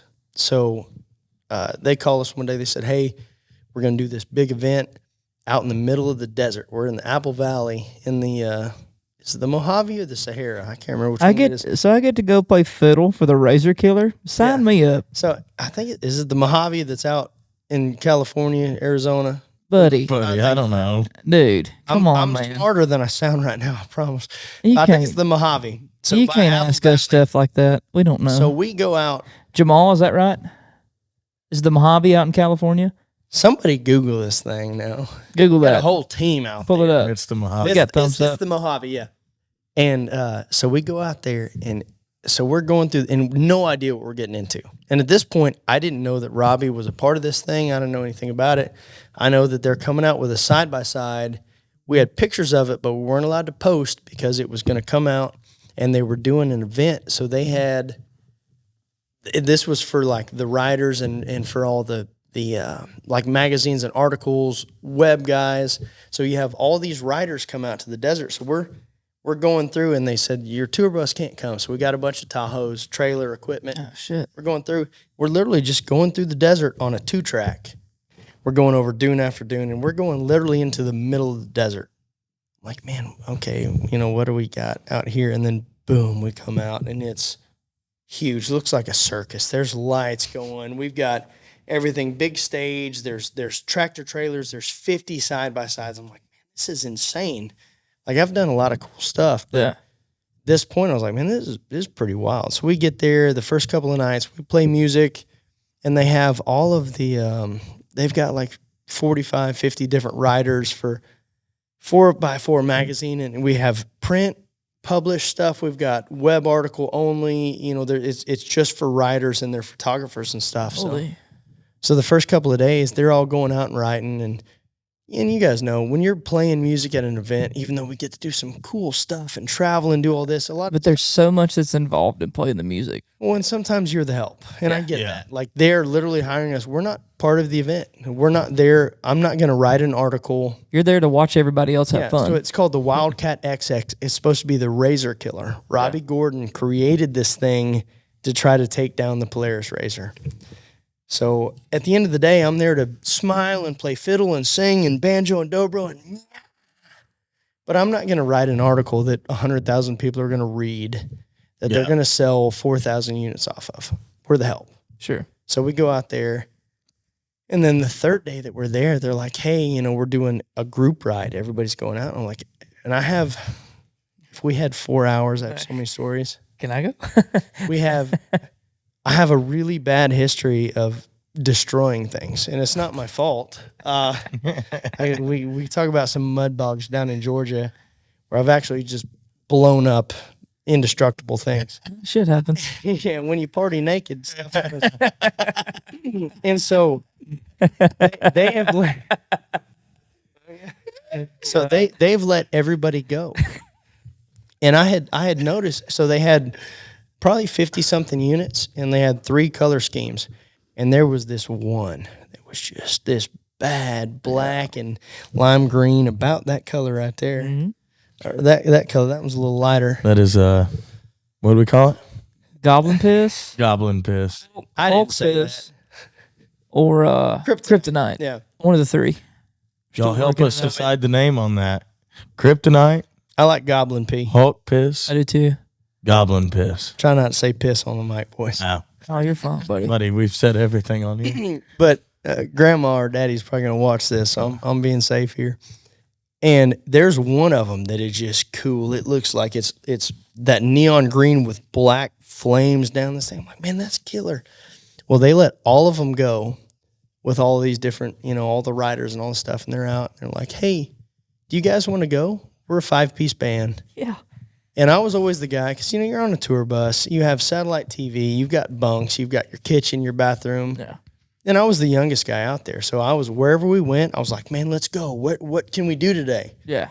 A lot of guys have been doing it for years. They're like, man, I'm going to sit here and watch college football. I'm going to eat. I'm just going to hang out. So I was always one of the guys that would just go out. So me and Matt Stillwell, the artist, were like, hey, we'll take it. They're like, well, we got one left. So they give us the one that I'd been looking at for 3 days. Oh, it's the one. It's got green. the coolest tires. It's got all the stuff. I'm like, man, this is killer. So we go out, and we're in the Mojave Desert in the middle of, we're miles out in the middle of absolutely nowhere. And you got sand like that in Kansas, buddy. Yeah. And so we're going and we're ripping this thing, and we've been driving all day. And finally Matt was like, hey man, do you want to drive? I'm like, yes. So they've got, this is kind of horseshoe. It's up the side of this big Buckle bluff. up, buddy. And so I'm just, wait, you know, I'm kicked sideways. And so at the time, like, if you were on the racing circuit with the razors and stuff, you might have 110, 120 horsepower. These were like 135 horsepower stock, non-turbo.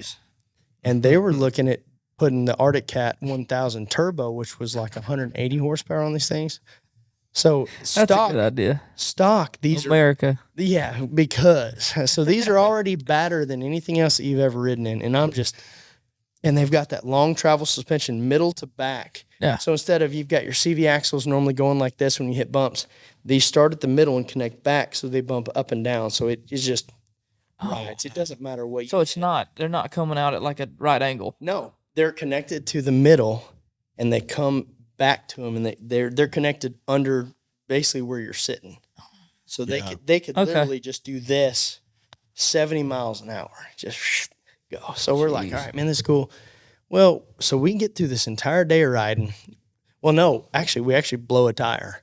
which is just bad luck. So they hook another one up to it, and which we didn't just blow a tire, we flipped it and blew a tire. So it's on the side. And so do they have like a pit crew out there?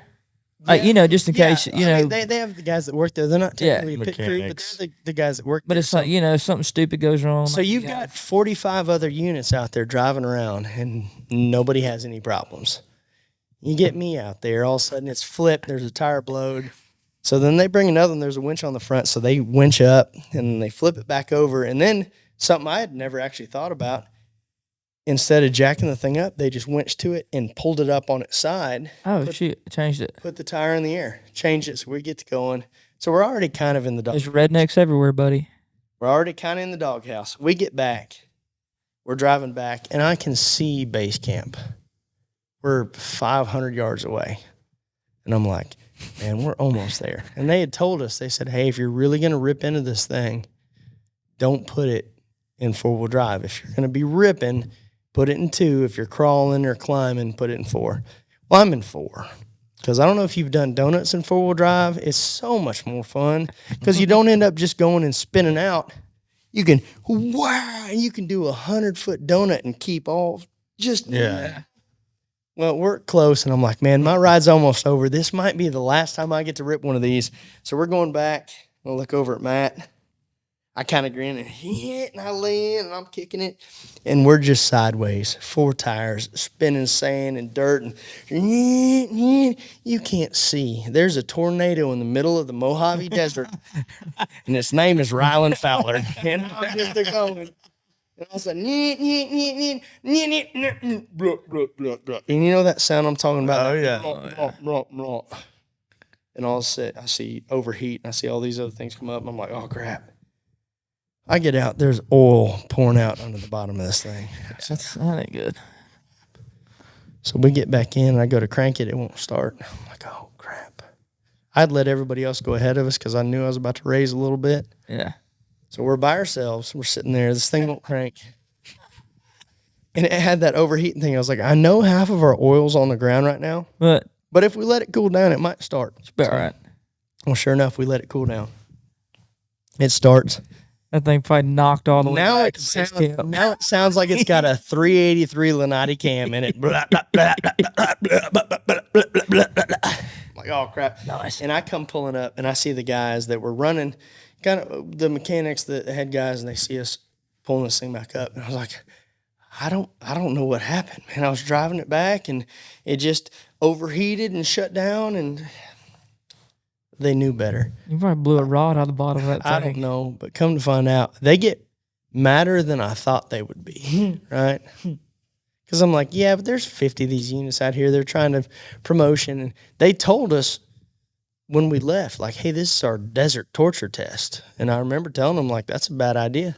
I mean, that's the shit people are going to do to them. Don't tell me that Don't shit. tell me that. Well, come to find out, the reason it looks so cool is because that was a one-of-one custom that they were traveling the country with. That was one that went to all the shows. So the reason they were so mad at me is because I had just destroyed their prize piece. So that was day 3. Day 4, so that was a cool day. To most people, and let not say this in like a, to most people, that'd be one of the coolest days they've ever done, because most people have never done nothing like this. Yeah. This is a week before King of the Hammers out there. You guys know what King of Hammers is? KOH. It's probably the baddest off-road test / race. So when you see just the insane $1 million trophy trucks, you see the crazy crawlers, all the stuff. You look up King of Hammers, you'll be like, oh man, I've seen them do that. Yeah. It's one time a year, and it's out there, and it's like the most intense off-road race. I mean, like I said, the Baja 500, the Baja 1000, that's cool, endurance long. King of Hammers is where you go to test your crap. Yeah. So the next day we get out there, and they're talking to somebody on the phone, and Matt goes, hey, man, can you talk to a pilot? I was like, yeah. So they can't figure out how to, because we're in the middle of the desert. Pinpoints weren't dropping. Apparently this dude in a Bell helicopter couldn't find us. So I get on my little maps there, and I'm finding them like, hey, man, you're going to go 1.5 miles northeast. You're going to hit this Apple Valley Airport. You're going to just turn due, I guess, east, and you'll come up, you'll see us. So I'm talking to this helicopter pilot.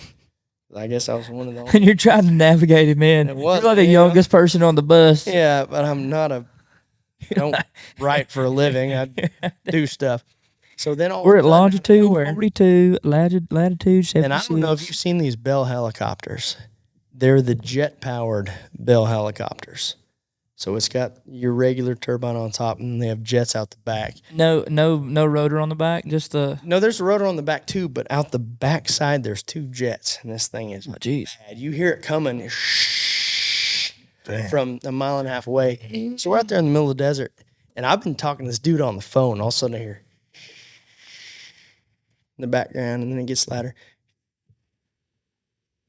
It's coming quick, and then all of a sudden flies over, dust everywhere. Yeah, he turns this thing sideways, comes in, and just lands right there. I'm like, this was the coolest thing I've ever seen. Robbie Gordon gets out of this helicopter. No. And I'm like, man, I don't get starstruck by nobody because I've done it, and I try not to because it makes them feel weird and you're weird. Yeah. But I'm like, man, I've been watching this dude since I was like 7 on VHS doing all this stuff.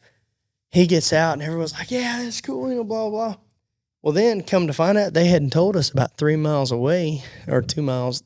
Robbie had built, because I don't know if you guys know who he is, but Yeah. he had his own trophy truck series. He did NASCAR. He's won championships in almost every form of racing that there is. Yeah. Well, he had built his own custom course out there in the desert about 2 miles away. No. They were doing riding longs. It's like, oh, man. So they do this whole thing. And so you've got 40, 45 riders that are there. And he's like, hey, we have one. All of a sudden, they pull this dude out of the trailer. It's one that Robbie had built personally. Just stupid. Almost 200 horsepower. A truck or a Razor? No, like just side by side. Wildcat Double X side by side. That was his personal that he had built. Because like I said, they're already like 134 horse. He'd built this one like 200. This was his like personal kick everything's butt out there. And he has a racetrack out there that we didn't know about on the other side of a couple of dunes. And they have that Bell helicopter that was actually already out there because it was going to be the film helicopter for King of Hammers. Yeah. So they're doing these ride-alongs, and they have us all line up, get in line. You were going to do ride-alongs. I'm like, oh, cool, man. I don't think I've ever been that excited in my life. So I'm waiting there. But, again, we're the help. Yeah. So I let everybody else get in line. I get in line. They get us with a custom helmet, and they give us some goggles and stuff. And I'm waiting about 4 hours. Waiting. He would go, and you'd see him. They'd get in the thing with him. You hear, he'd go over dune and disappear. Be gone for 20 minutes. Come back. And whoever came back had the crazy hair and the wild eyes. And they would get out and try to stand up. And they couldn't stand. So I'm like, It's like watch people get off a roller coaster. these people are having more fun they've ever had in their lifetime. Or more scared. Or more, half of them, I think, had a wet spot. Yeah. Whether from pee or from Yeah. joy. It's hot out there. It's sweaty. Joy. Oh, shit. Sorry. So anyways, Pants stuck to their thighs.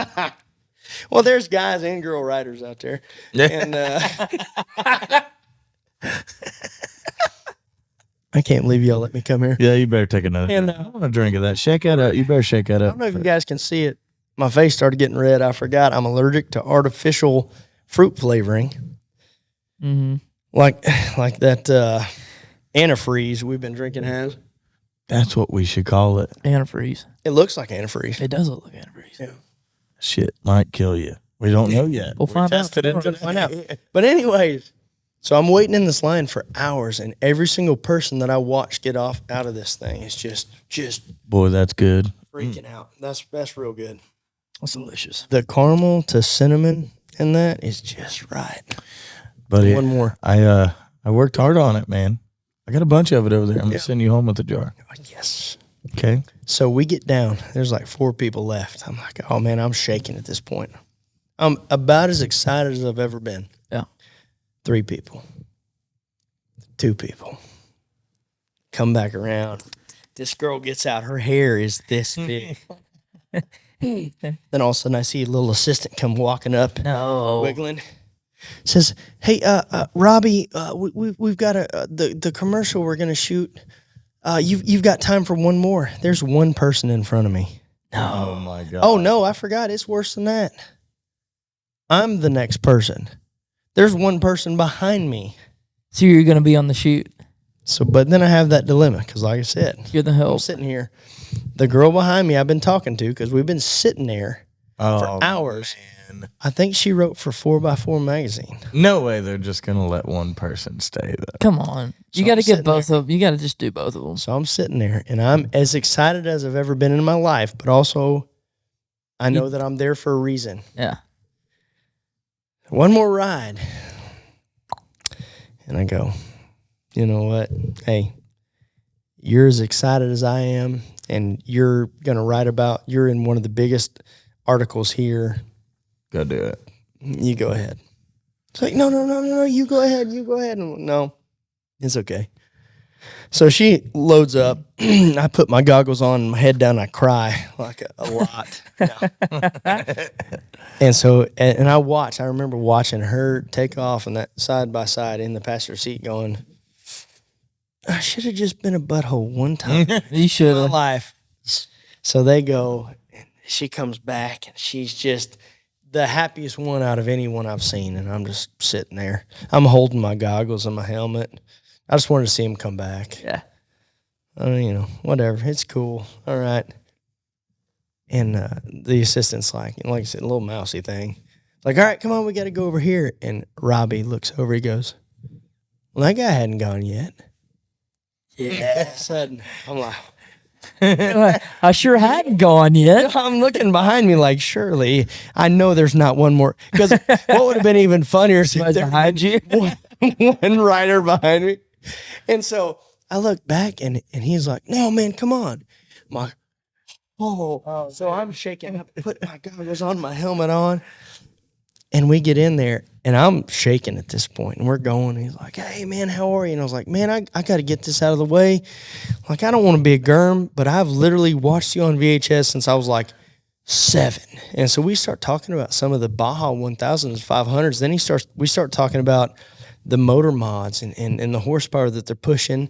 And I start talking about it. So he's like, man, you know your stuff. I was like, well, I've watched you for a long time. Yeah. And he goes, all right, well, hey, man, check this out. We're going to do 3 rounds. He said, this is a personal course. I've been out here for 2 weeks. I built this.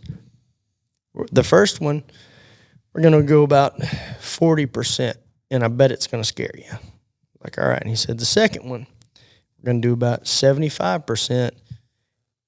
You're going to have to hold on. And the third time we go around is going to be 100, and you better hold on, and I hope you're wearing a diaper. Let's go. So we go, and we hit that first one, and it's wild. And the craziest thing to me was watching his drive lines. Yeah. Sure. Because I know in my head, and you guys too have driven enough, if you're coming up on, especially not knowing a course, you're coming up and you see a rut, you see a turn, you see a bank, you know your angle of approach, how you would hit it.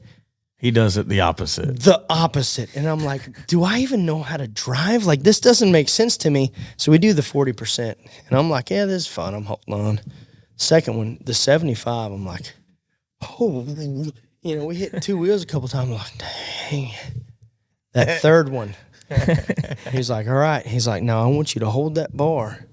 And hold on, he said, I promise I'm not going to kill us. I was like, that's all I need. If I can I trust you, buddy. You got it, brother. If I can get home and tell mama about this one, that's all I need. And dude, so he had a couple of, he had the whoop sections and the deep banks and everything. And we're up. And the way he took the ruts, like watching his drive style, literally that day, that 30 minutes changed my life on how I approach stuff to this day, whether I'm on that dirt bike over there, on a quad, if I'm in a side-by-side, how I approach different things. And I'm scared to death because, we had these different sections we're going on, and we're getting air. I'm not talking. Oh, yeah. Dude, we're getting 2 or 3 seconds. Whap, we're hitting and going.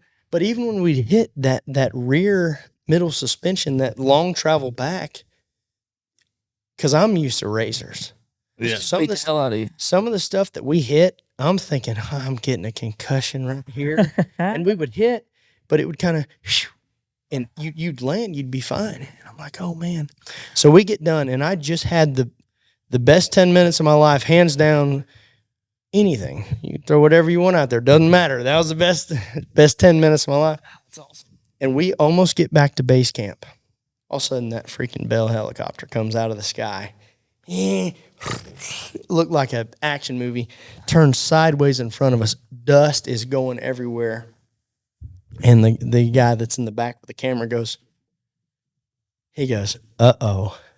I said, what? He said, well, we got to keep going. He said, you think you can hold on? I said, yeah.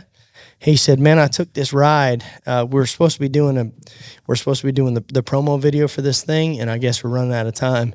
He said, do you want to ride along? Oh, yeah. I was like, yeah. He said, remember how I told you that last one was 100%? 150. It wasn't. He said, I said, yeah. He goes, it wasn't close. Dude, so we go back to the same course that I've already ridden 3 times over, and before we had like these triple sections. Dude, we're going, and before it was a vroom, vroom, vroom. We were flying 100 feet through the air, taking 100-foot triples in this side-by-side. The whole time, this Bell helicopter is flying, and we would hit this triple, and this helicopter would go and then turn sideways. So we're going through the air. I'm looking at You see the helicopter with the camera. At a helicopter that's like 20 feet in front of us. Blades. And so we do this whole course that had taken about 10 minutes in about 4 minutes. And the whole time a helicopter, it was like filming a Mission Impossible movie. You're on the set of Nitro Circus right now. Scared to death. And never, I think that was probably the highest adrenaline rush I've ever had in my entire life. Gotta be. And I couldn't even talk when we got back because nobody else there had got to do what I just got to And do. he probably stepped out Robbie's probably stepped out like he just got back from Kroger. Yeah. He's brushing off his shoulders. He's like, yeah. Hey, everybody like pepper jack on the burger? Yeah. We got to talk for a while. Hey, guys, there's a case of water in the car. Somebody grab it. Hey, you can get that. But that adrenaline rush, and like you said, and you can't buy that. Yeah. No. If I had $1 billion, I'll say that. I could probably say, hey, Robbie. But you know what I mean? Like doing what we do, even though That's the best thing about what we do, man. Like I've been the help. Like I was in the background. But that one moment right there. Yeah. So guys, we probably need to wrap this up, but real quick before we go. Okay. You said something during that story that I want Oh, to address on this podcast. deal. Because wasn't until recently that I knew that people outside of the music industry don't really know this word. Yeah, we found this out together. Germ. Germ. Uh-huh. Oh, God. Normal people don't know what this Did I even is. say that? Oh, when I was talking What about was it? Robbie, I don't want to be a germ. Yeah. We found this out listening Have to. you all ever heard this? All right. I'll look right at the camera when I say this. Just don't be a germ. So a germ is we found this out together, and I was like, "What is a germ?" so. And then the person that we were listening to explained it, and we're like, No. Well, I'd heard it and I knew what it meant, but I never really knew that it was only like a music industry thing. Yeah. And it's really only a music industry thing. Yeah, it's not even like an LA thing. It's not a movie star thing. It's specifically an artist, like a music artist "Yeah, thing. Yeah.